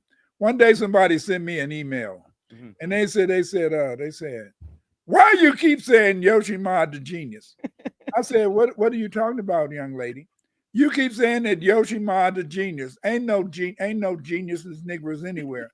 I said, well, when you see the creations of this man, when you see his portfolio, and he got a beautiful portfolio online and on YouTube, and especially on TikTok, and that this brother is doing the thing. It was because of Yoshima. It's because of Yoshima that President Trump said, nigga, what? I got to get this nigga back on you. I got to get TikTok back out just for Yosh. Straight up. That's what Trump said. He said, I'm bringing back TikTok. I'm going to write an executive order, not for them other people. No. I'm going to write an executive order for Yoshi, baby. Yoshi. Hold on, man. I gotta get this good. Whatever it is, you dig? Hey, I love all y'all out there, and I make a lot of songs and a lot of content for the FBA and for the B1 community. This is all for us. I have, how many people told me all my life, why am I doing this? Why am I doing this? What am I doing it for? And a lot of people be like, man, he on some Tupac stuff and he's radical, and it's like, nah. Tupac showed us the limits, just like Malcolm X said, there's a limit, and then they'll kill you. Martin Luther King said, there's a limit you can go, they'll kill you. Bob Marley said, there's a limit you can go, and then they'll kill you. Okay, so you have Huey Newton. There's a limit you can go. Even a Black Panther Party, if you're making a movement, I'm pretty sure his son is peeping this. Whenever you have a movement and you're moving what we're doing and we're uniting with each other, and this is something that we know they don't like. So you'll have people that will talk crazy about Tariq Nasheed and somehow combine one human with a whole legacy. And that's just, that shows your mental, that's trauma. That's like you're mentally messed up. So we see that. We see when people attack us through a character. And it's like, you can't attack our lineage without hearing from all of us, because when we speak, we're gonna make you feel it. And I say that with all of my passion. When we speak it, we're gonna make you feel it. So I heard a joke today. They said, I wonder where this joke came from. We think it came from the $5 Indian. So right now, all over TikTok, y'all don't know, there's a crisis going on with the Native Indian Americans that are have land and reservation, and they're admitting that this was never their land, this was Black land, and they are saying that bluntly out there. And with them saying this kind of stuff, it make you question, where did this term come from? Y'all say it with me. Y'all all say it with me. I know y'all can say it. If y'all FBA, y'all gonna say it with me. This is about the $5 Indian. You said, if you don't sit your $5 ass down before I make some change, that's exactly where the goddamn thing came from. You know what I'm saying? If you don't sit your $5 ass down before we make some change, I think that came from us telling that to the $5 Indian. If y'all don't sit y'all $5 ass down before we make some change and hand it to y'all ass, hand it to your partner. Let me cut your balls off and hand it to your partner. Yeah, things are coming out. So it was slow for my music because and my creations because I felt alone. Like me and Dr. Clyde been yelling this FBA shit forever, man. Like, come on, man. We've been yelling forever. And we just haven't we've been shunned so much. You know, we have so many people in here that just want to hate and they want to be like on our live. There's a guy in the audience. I just gotta keep blocking his content because he want us to kind of like talk to him, but he got to go to see Tariq Nasheed. That's why I like Tariq Nasheed. Tariq Nasheed is one of the ones where you can call him up and then he will put live. Like, dude, go to Tariq Nasheed. He's gonna do a live in a little bit. You can call him up and then he will smack you live in your face. I love that about him. And at first I used to wonder why, but as y'all can see in the chats, we have a lot of people over here with the negativity. And not once have FBA talked bad about no one. We just said, hey, we remember what you did to us. We're just going to return the favor. That's all we're going to do. And by us returning the favor, we're not going to speak on it. That is enough. When FBA, just like Dr. Clyde said, what we did, we took the couch, right? Took the couch. Took the couch. We took the couch because FBA can make a move. You know what I'm saying? But like these pretendians and these $5 Indians, Dr. Clyde, what is a $5 Indian? What am I talking about? You're the master researcher. Tell them in the most profound way ever. Explain. Okay, back in the day, they began in a sense to offer benefits to Indians after the Civil War. As they began in a sense to offer Indians after the Civil War benefits, a lot of white people in a sense would pay $5 to be enrolled on the rolls for Indians. And so then they would sign up. They would sign up and say that I'm a Cherokee, I'm a black, mainly Cherokee, and they would pay $5, and then they would get a certificate saying that yes, they got a certificate. You got to understand, you're not a real Indian. You're not a real Indian. You're not a real Indian until you get a certificate. What you say? I'm not a real Indian until I get a card. Yes, sir.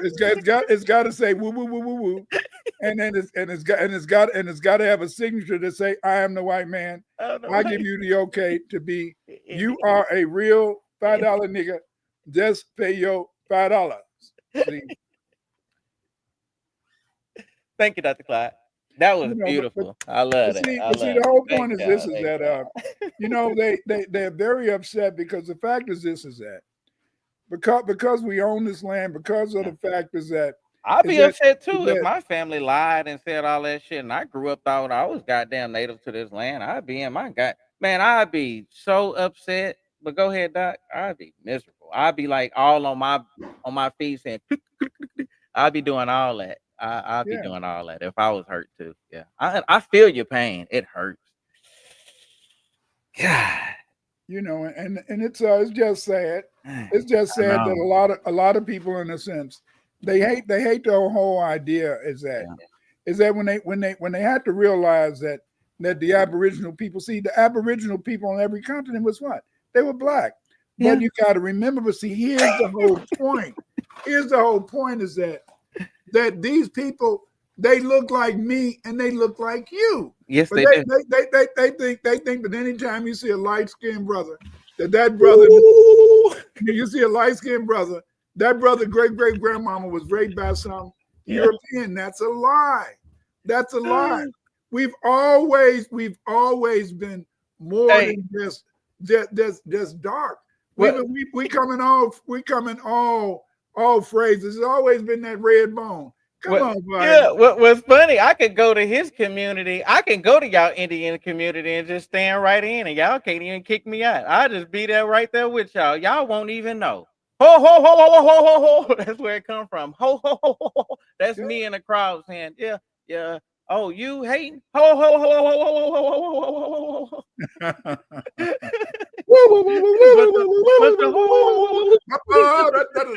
No, look.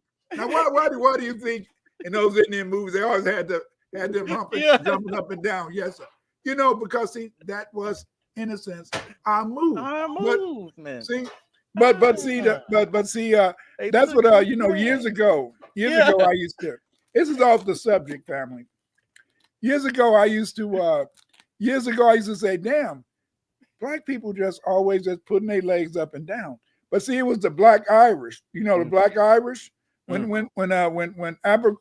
Oliver Cromwell said, I'm tired of these niggas over here in Ireland.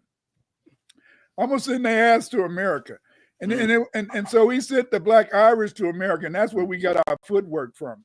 Instead of just holding my then we put in some steps. Tap dancing, baby. We make look. What is funny? We leave our trace behind, and y'all can't elaborate on our shit. So like whatever we left behind, it stays there. It's like I don't like Zydeco music. I don't like it for shit. You want to know why? Because it's in my blood. That was what we created. Zydeco music in Louisiana. Yeah, we created that shit. And Zydeco music, I don't like it. And you know why I don't like it? It's because even today, like even the videos I created, it ain't that I don't like them. It's just I don't like to see them because I'm doing better. I'm trying to advance. I don't want to go back. I don't want to look back at my creations and say, oh man, that was tight, because I'm trying to elevate, you know? Right. And so then, you know, CRU royalty, the Grand Nigger said, Black Irish, Black Scottish, whose names are those? The names, in a sense, these were black people. What happened though is that during the 30-year, 100-year war, these black elites, they thought they were smart. They said, hey, I'm gonna get these niggas. And so then what they did is that they began to recruit mercenaries from the Caucasus Mountains. They began to recruit mercenaries from the Caucasus Mountains. You see how the Moors, when you look at the pictures of the Moors, just Google the Moors, you'll always see a brother and he got a damn 100 white women as his concubines. After a while, they flooded the scenes. They flooded the scenes with white people. And we allowed white people to take over because we like them white thighs too much. We was going in between them white thighs too much. And you got 10 women, and you making 50 babies with each one. After a while, you got 10,000. That's why North Africa now is not black. See? And the thing is that we always looking for that exotic P. A lot of brothers looking for that exotic P. P is P. I'm sorry. P is P. You know, it's either in the front or it's in the back. But it's only two types of P, one in the front, one in the back. But the whole point is that you know what I'm talking about. Hey, that's the way it is. But the thing is that some brothers, in a sense, they think that they can be able to run the field by just not really dealing with reality. But this is reality, you know. It's reality. I like it. And the thing is no FBA is not. We're saying acknowledge the facts, give us what's rightfully ours, and then y'all figure it out with the Caucasian and a white man on what y'all need to do. It ain't about us no more. What we're saying, we're tired of being in between it. We're tired of this.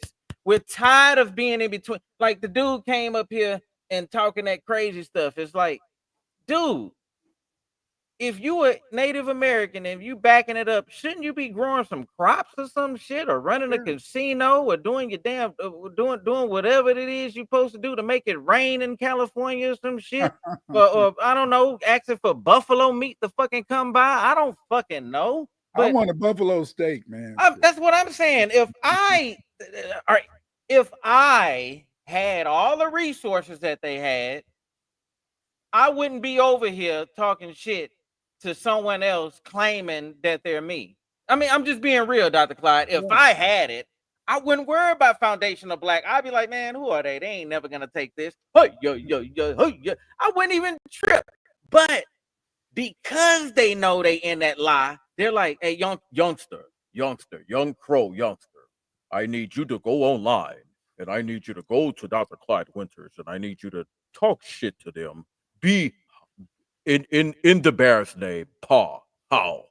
And he go online, his little youngster go online and he get to do all that. You did good, son. And you ain't did shit. You know, you supposed to be focusing on your land and whatever. Because FBA, that's the thing. I got a show coming up. It's called Mind Your Damn Business, pretty much. FBA does what we do, and we mind our goddamn business. The only time when we butt in is when we trying to, like, if we see something wrong. If we see some foul play going on, we like, hey man, that ain't how that. Hey man, but we ain't doing that no more. That's right. But one thing we had to do, and I'm so proud of you, Yoshi.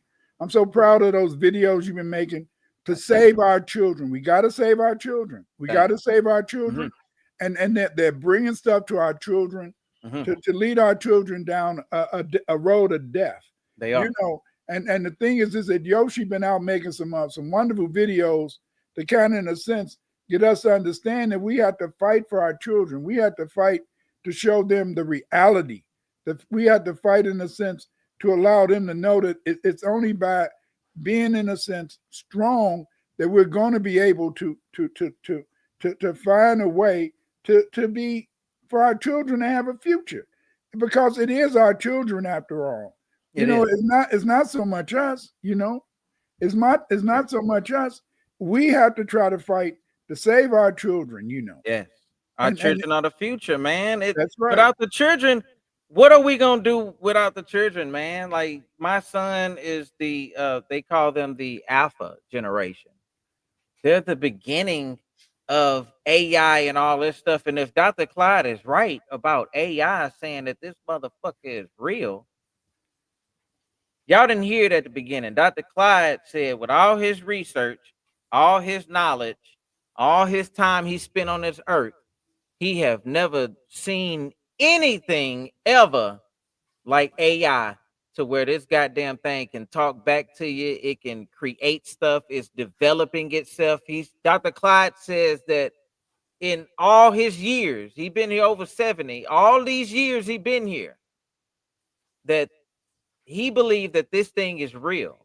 He believed that Sophia Stewart wasn't lying when she wrote The Matrix and the Terminator, and when she wrote the sequels, and that's the reason why that movie blew up so much, and why people take on the Matrix. So even the Dogon tribe, the counting system is the Matrix.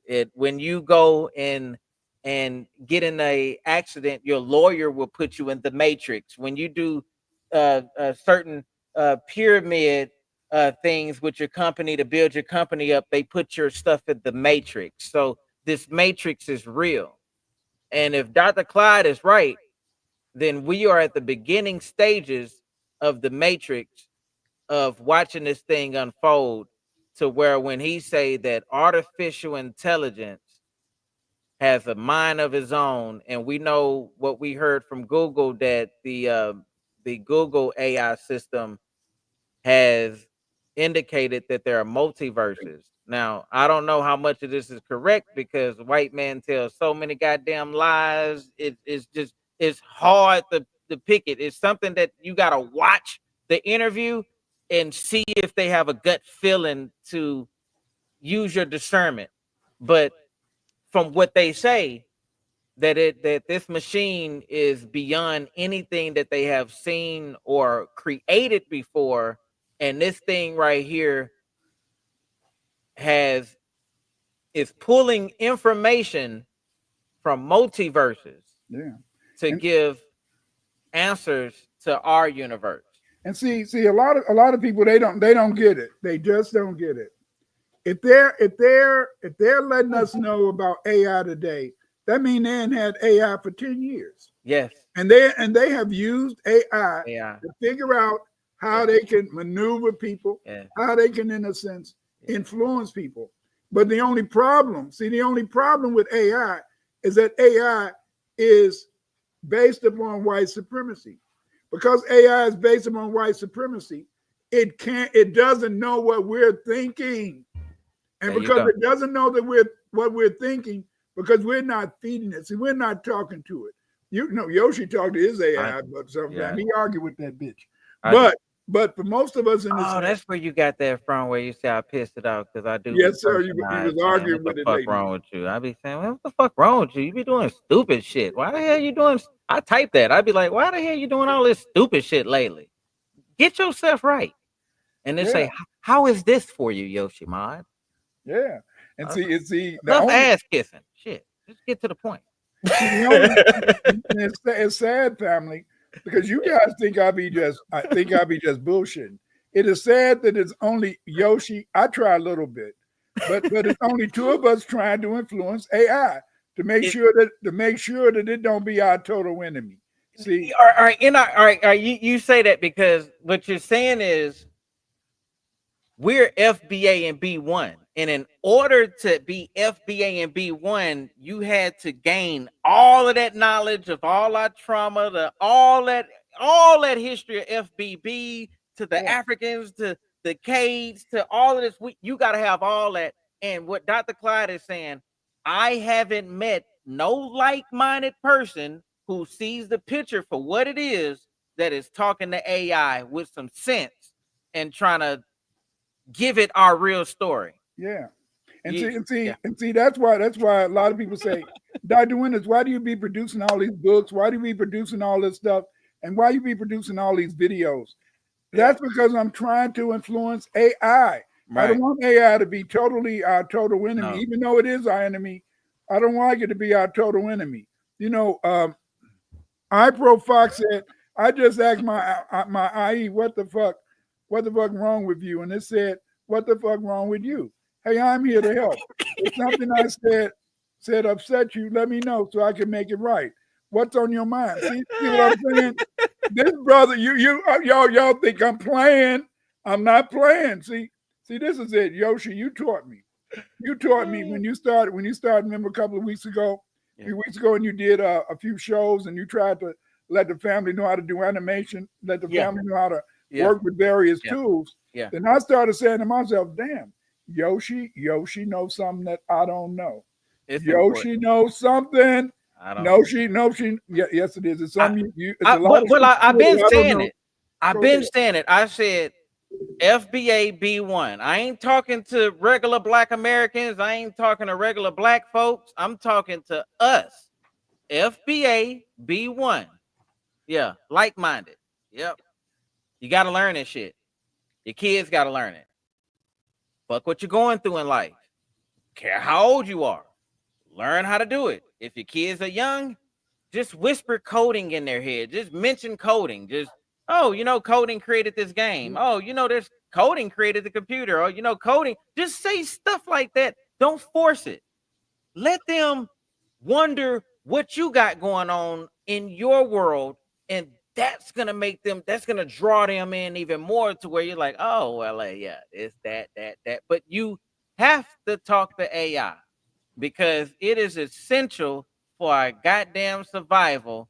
That if you don't, that's gonna have. Ain't you tired of letting them have the upper hand? Okay, Here is the fucking upper hand.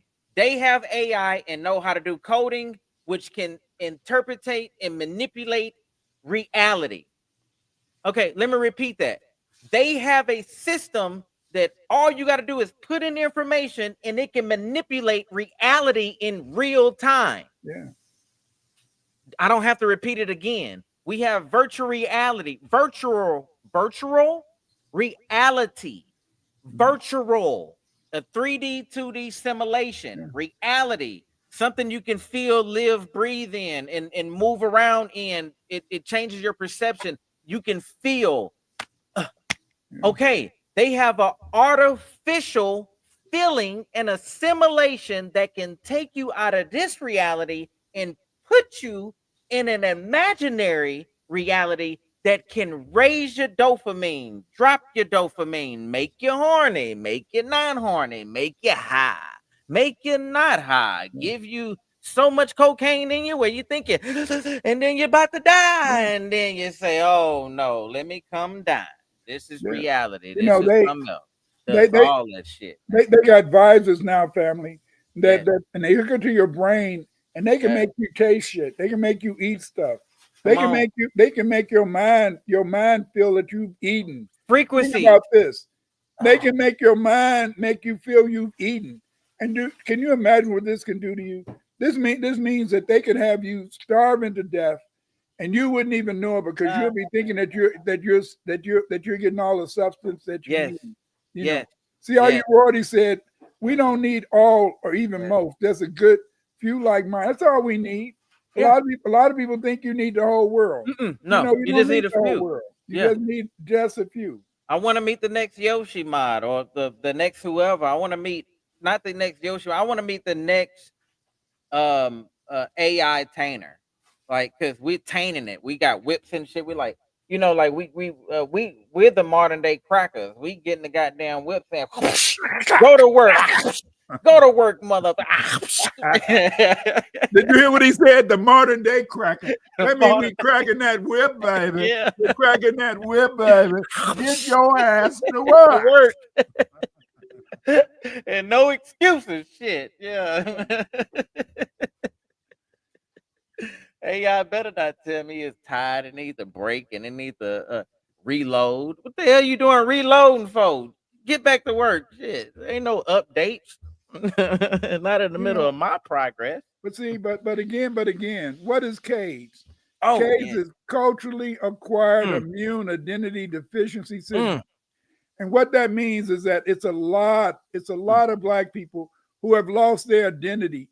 And they lost their identity because they felt that if they could just give up thinking that they were Black, if they could just find them a white woman, or if they could find them a white man, that they could finally be free of the stigma of Blackness, finally be free of the trauma of Blackness. But when they find that white woman, when they find that white man, when they think they're white, they still experience tremendous trauma because they're not accepted. They're not totally accepted by the other mind. They're not totally accepted by the other woman. And because of their lack of acceptance, they still feel as if they are what they are.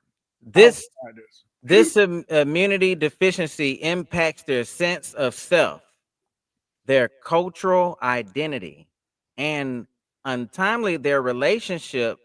At the heart of CAIDS is the question of why, despite of violent and oppressive history between the white and Black communities, some Black people choose to align with or seek relationships with white people. It is a question of psychological survival in a system that has always pushed Black people to the margins. It's about the deep scars of history that impact even the most intimate choices. The history of radical trauma for 400 years. Black people have been subjected to violence, exploitation, and dehumanization at the hands of white supremacy. From slavery to segregation, from Jim Crow laws to modern day systematic racism.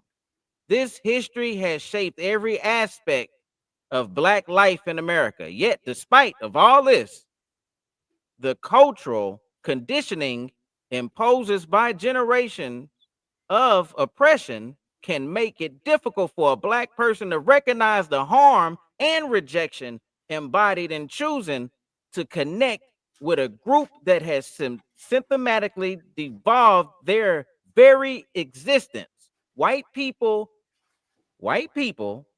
are, as a collective group, have historically benefited from the system built on suffering of Black people, from the suffering of Black people. However, due to the cultural conditioning, historical revisionism, and media influence, some Black people have internalized these systems of hate and manifest in what we now refer to as CAIDS. A disconnect from their own cultural identity and a desire to from bonds with those who have not only historically oppressed them, but continue to benefit from their oppression. How CAIDS affects relationships? Well, relationships are often deeply influenced by personal and cultural identity. When a Black person suffers from CAIDS, they may feel as though their worth is tied to an alignment with white society or culture. This often leads to relationships where Black people try to assimilate or even ignore the deep historical and cultural rifts between them and their white partners. These relationships are not just about love. They reflect a larger struggle within the Black community to navigate identity in a system that was never designed for their success. CAIDS. Dun, dun, dun. Point is that it is something that you have to fight. It is something that has been an eternal fight. But luckily we got things that can give us, in a sense, sanctuary from the trauma. You see, because the trauma is basically internal, and the trauma is basically self-inflicted. It's self-inflicted because instead of us saying, I love myself, I love my Black woman, I love my Black children, you see, I'm proud of you. That is it. Every day we should tell our children, our wives, our relatives, our friends, I'm proud of you. I love you. And see, that is something strong. Right. I was thinking that back in the day, I used to tell people, my mother never told me that they loved me. And then I ran into another damn sister, and she said, my mother never told me I loved you. I love you either. And the whole point is this, is that we have to stop this. See, we have to, in a sense, begin to say it. You have to tell your children, I love you. You tell your wife, I love you. You tell your husband, I love you. You tell other people, I love you. And why do you love me, nigga? I love you because you. See? Why you love me, nigga? I love you because you. You. No, See? that's right. That's it. That's it. You see? No, That's that's what right. you got to do. Eve Eve is wonderful. I love you both. We love you too, Eve, because see, Eve is. Call me Eve. Eve. I'm gonna tell you, Eve is the modern Socrates. She's the reincarnation of Socrates. Oh yeah. In the sense that Socrates, he asked questions and he sought answers. Real And deep. Steve, yes. Sometimes Eve will show that someone who we thought maybe was good is bad. Sometimes Eve will ask questions that will show that you don't really know what the hell you're talking about. But the beauty of Eve is that Eve, in a sense, is giving us these questions. Yes. Questions that we must seek answers to. Questions that must make us think. Yes. And that's the scary thing about this sister. Eve, but see, Eve is the epitome of a Black woman because she's not a Black woman that's alone. She got a partner. She's not a Black woman that's alone. She got her children. She's not a Black partner that's alone. No, that's right. Because she ain't got her single friends in her family. And see, that some. is what it's all about. Example. I hated that. I hated that. When I grew up, I did not want to hear no shit about no damn love. What the is a love? My mama never told me that she loved me, but my wife told me that she loved me. My children, they got into my face. They said, you old nigga, I love you. You loves me? Yes, I love you. I said, you loves me? Yes. No, that's right. That's what it's all about, baby. I'm gonna share this video, man. I'm gonna share this video with y'all. I know this is gonna be lovely, man. Let me know when you're ready, Doc. There you go. Black kids today to stick with. Would you tell Black kids today to stick with their own race? Yeah. Even this interracial relationship, I never believed in because the Father showed me. Why would you want to be with somebody who slaved your peoples? Right. Had them enslaved. Why would you want to be with them? Right. So I never liked it. I never agreed with this interracial relationship with people. They can't tell you, only like me and you, Right. either you and your wife, Right. y'all can console because y'all know what's going on or what has happened. Right. You understand each other. But different race ain't gonna understand the pain and stuff you went through, where you suffer with their people. They don't know if you tell them something, you know, they might feel bad, but they can't feel it in the heart of what you went through. Right. What our foreparents went through. Right. Like the police, you know how they beat them and shoot them down for no reason. You see, they don't have to experience that because they don't do that to their kids, to their race. To their own people, yeah. It's like even when you talk about it, a lot of them try to act like it don't exist, like it's not real, like we just making it up. And they say we racist because we bringing it back to past. They didn't do it to me. We run in slavery. Right. We still in slavery, just don't know it. Yeah. Exactly. You don't know nothing. Yep. You can't go certain places. If you go to stores, they follow you around and accuse you, you know, stealing this, and then they call the police. Well, you just argue with the police, they ain't gonna listen to you. Nope. They're gonna take you on the jail, beat you up, shoot you. He got a gun. Yeah. Yeah. So when people read in the Bible that when Christ come back, he gonna put us in charge, how does that make you feel? I wish I would be able to see some of the people who get how he can show them how they gonna get punished. Right. And then I want to, but how type of heart I am. Like if I have, if it be my maid or something like that.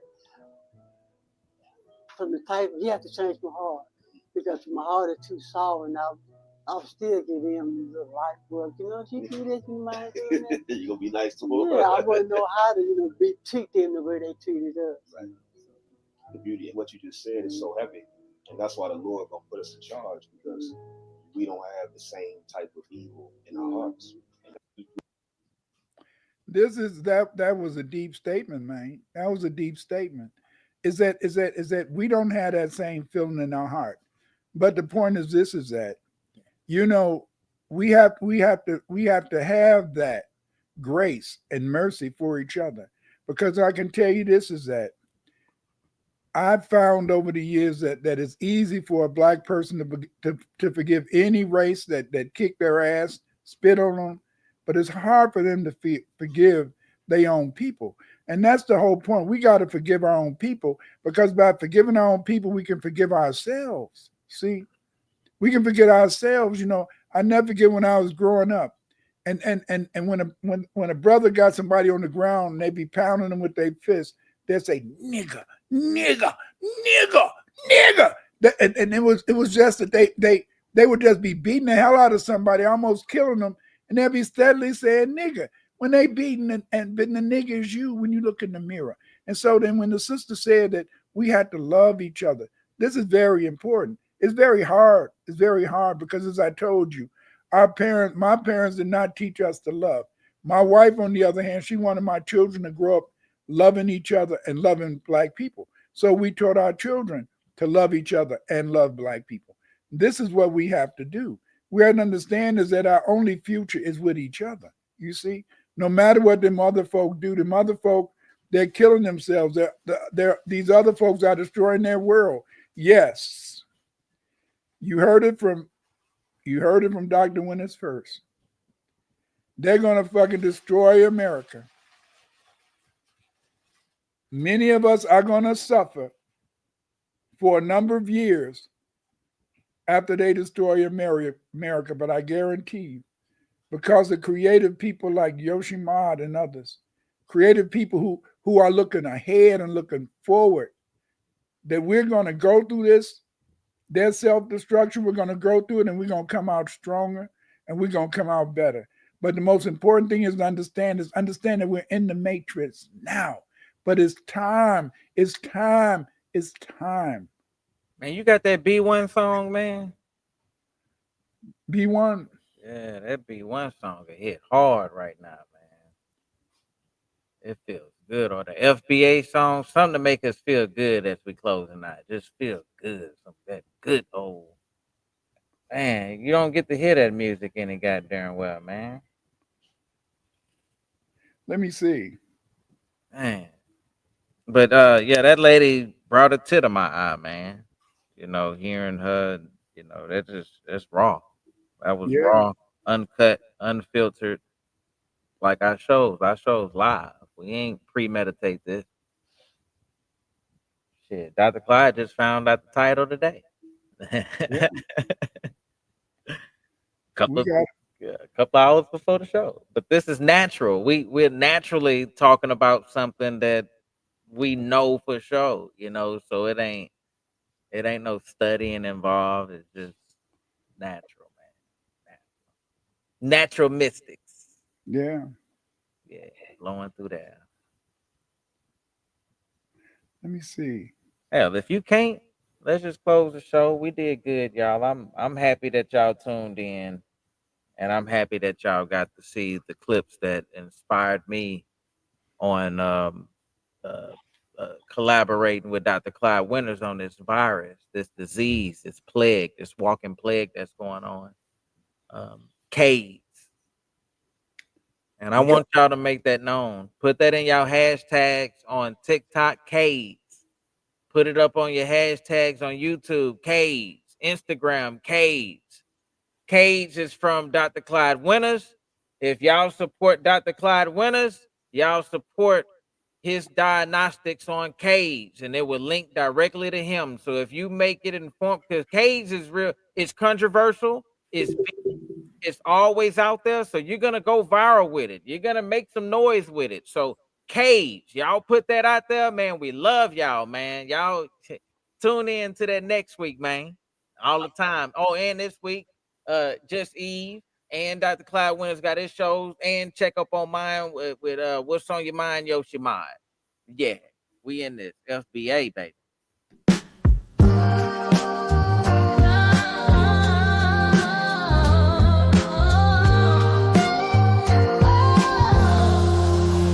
No need to pretend anymore.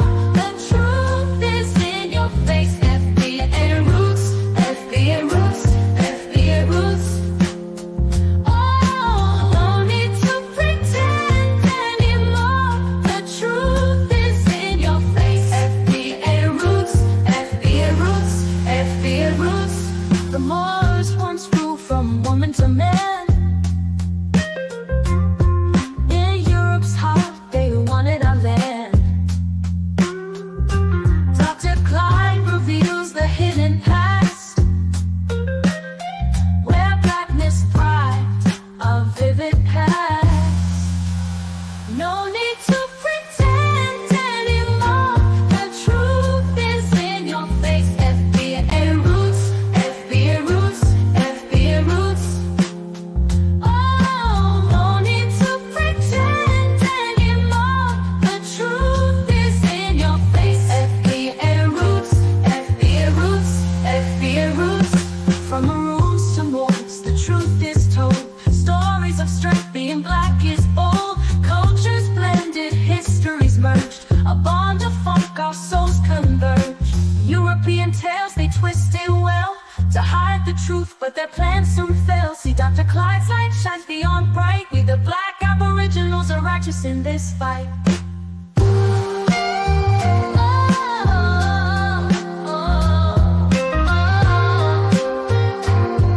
We the black aboriginals are righteous in this fight. European tales, they twisted well. FBA roots, FBA roots, FBA roots.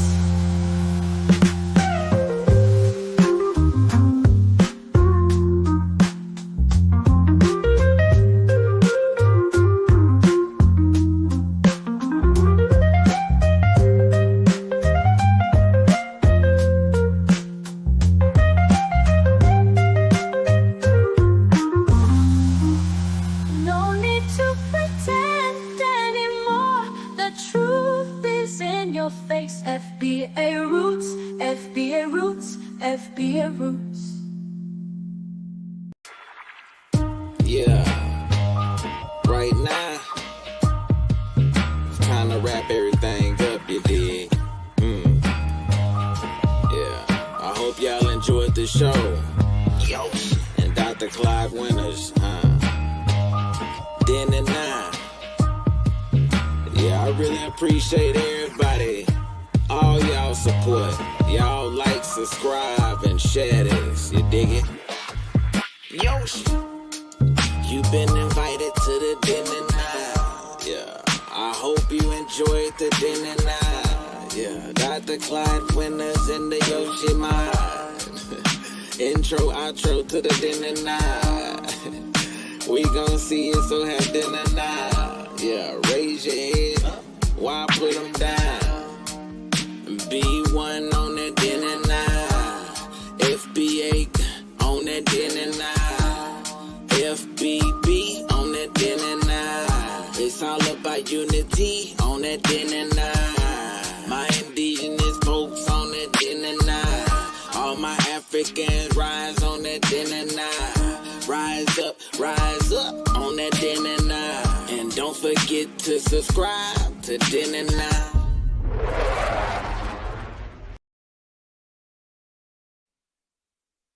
The only thing that can save you is B1, B1, B1. To fight CAIDS, you must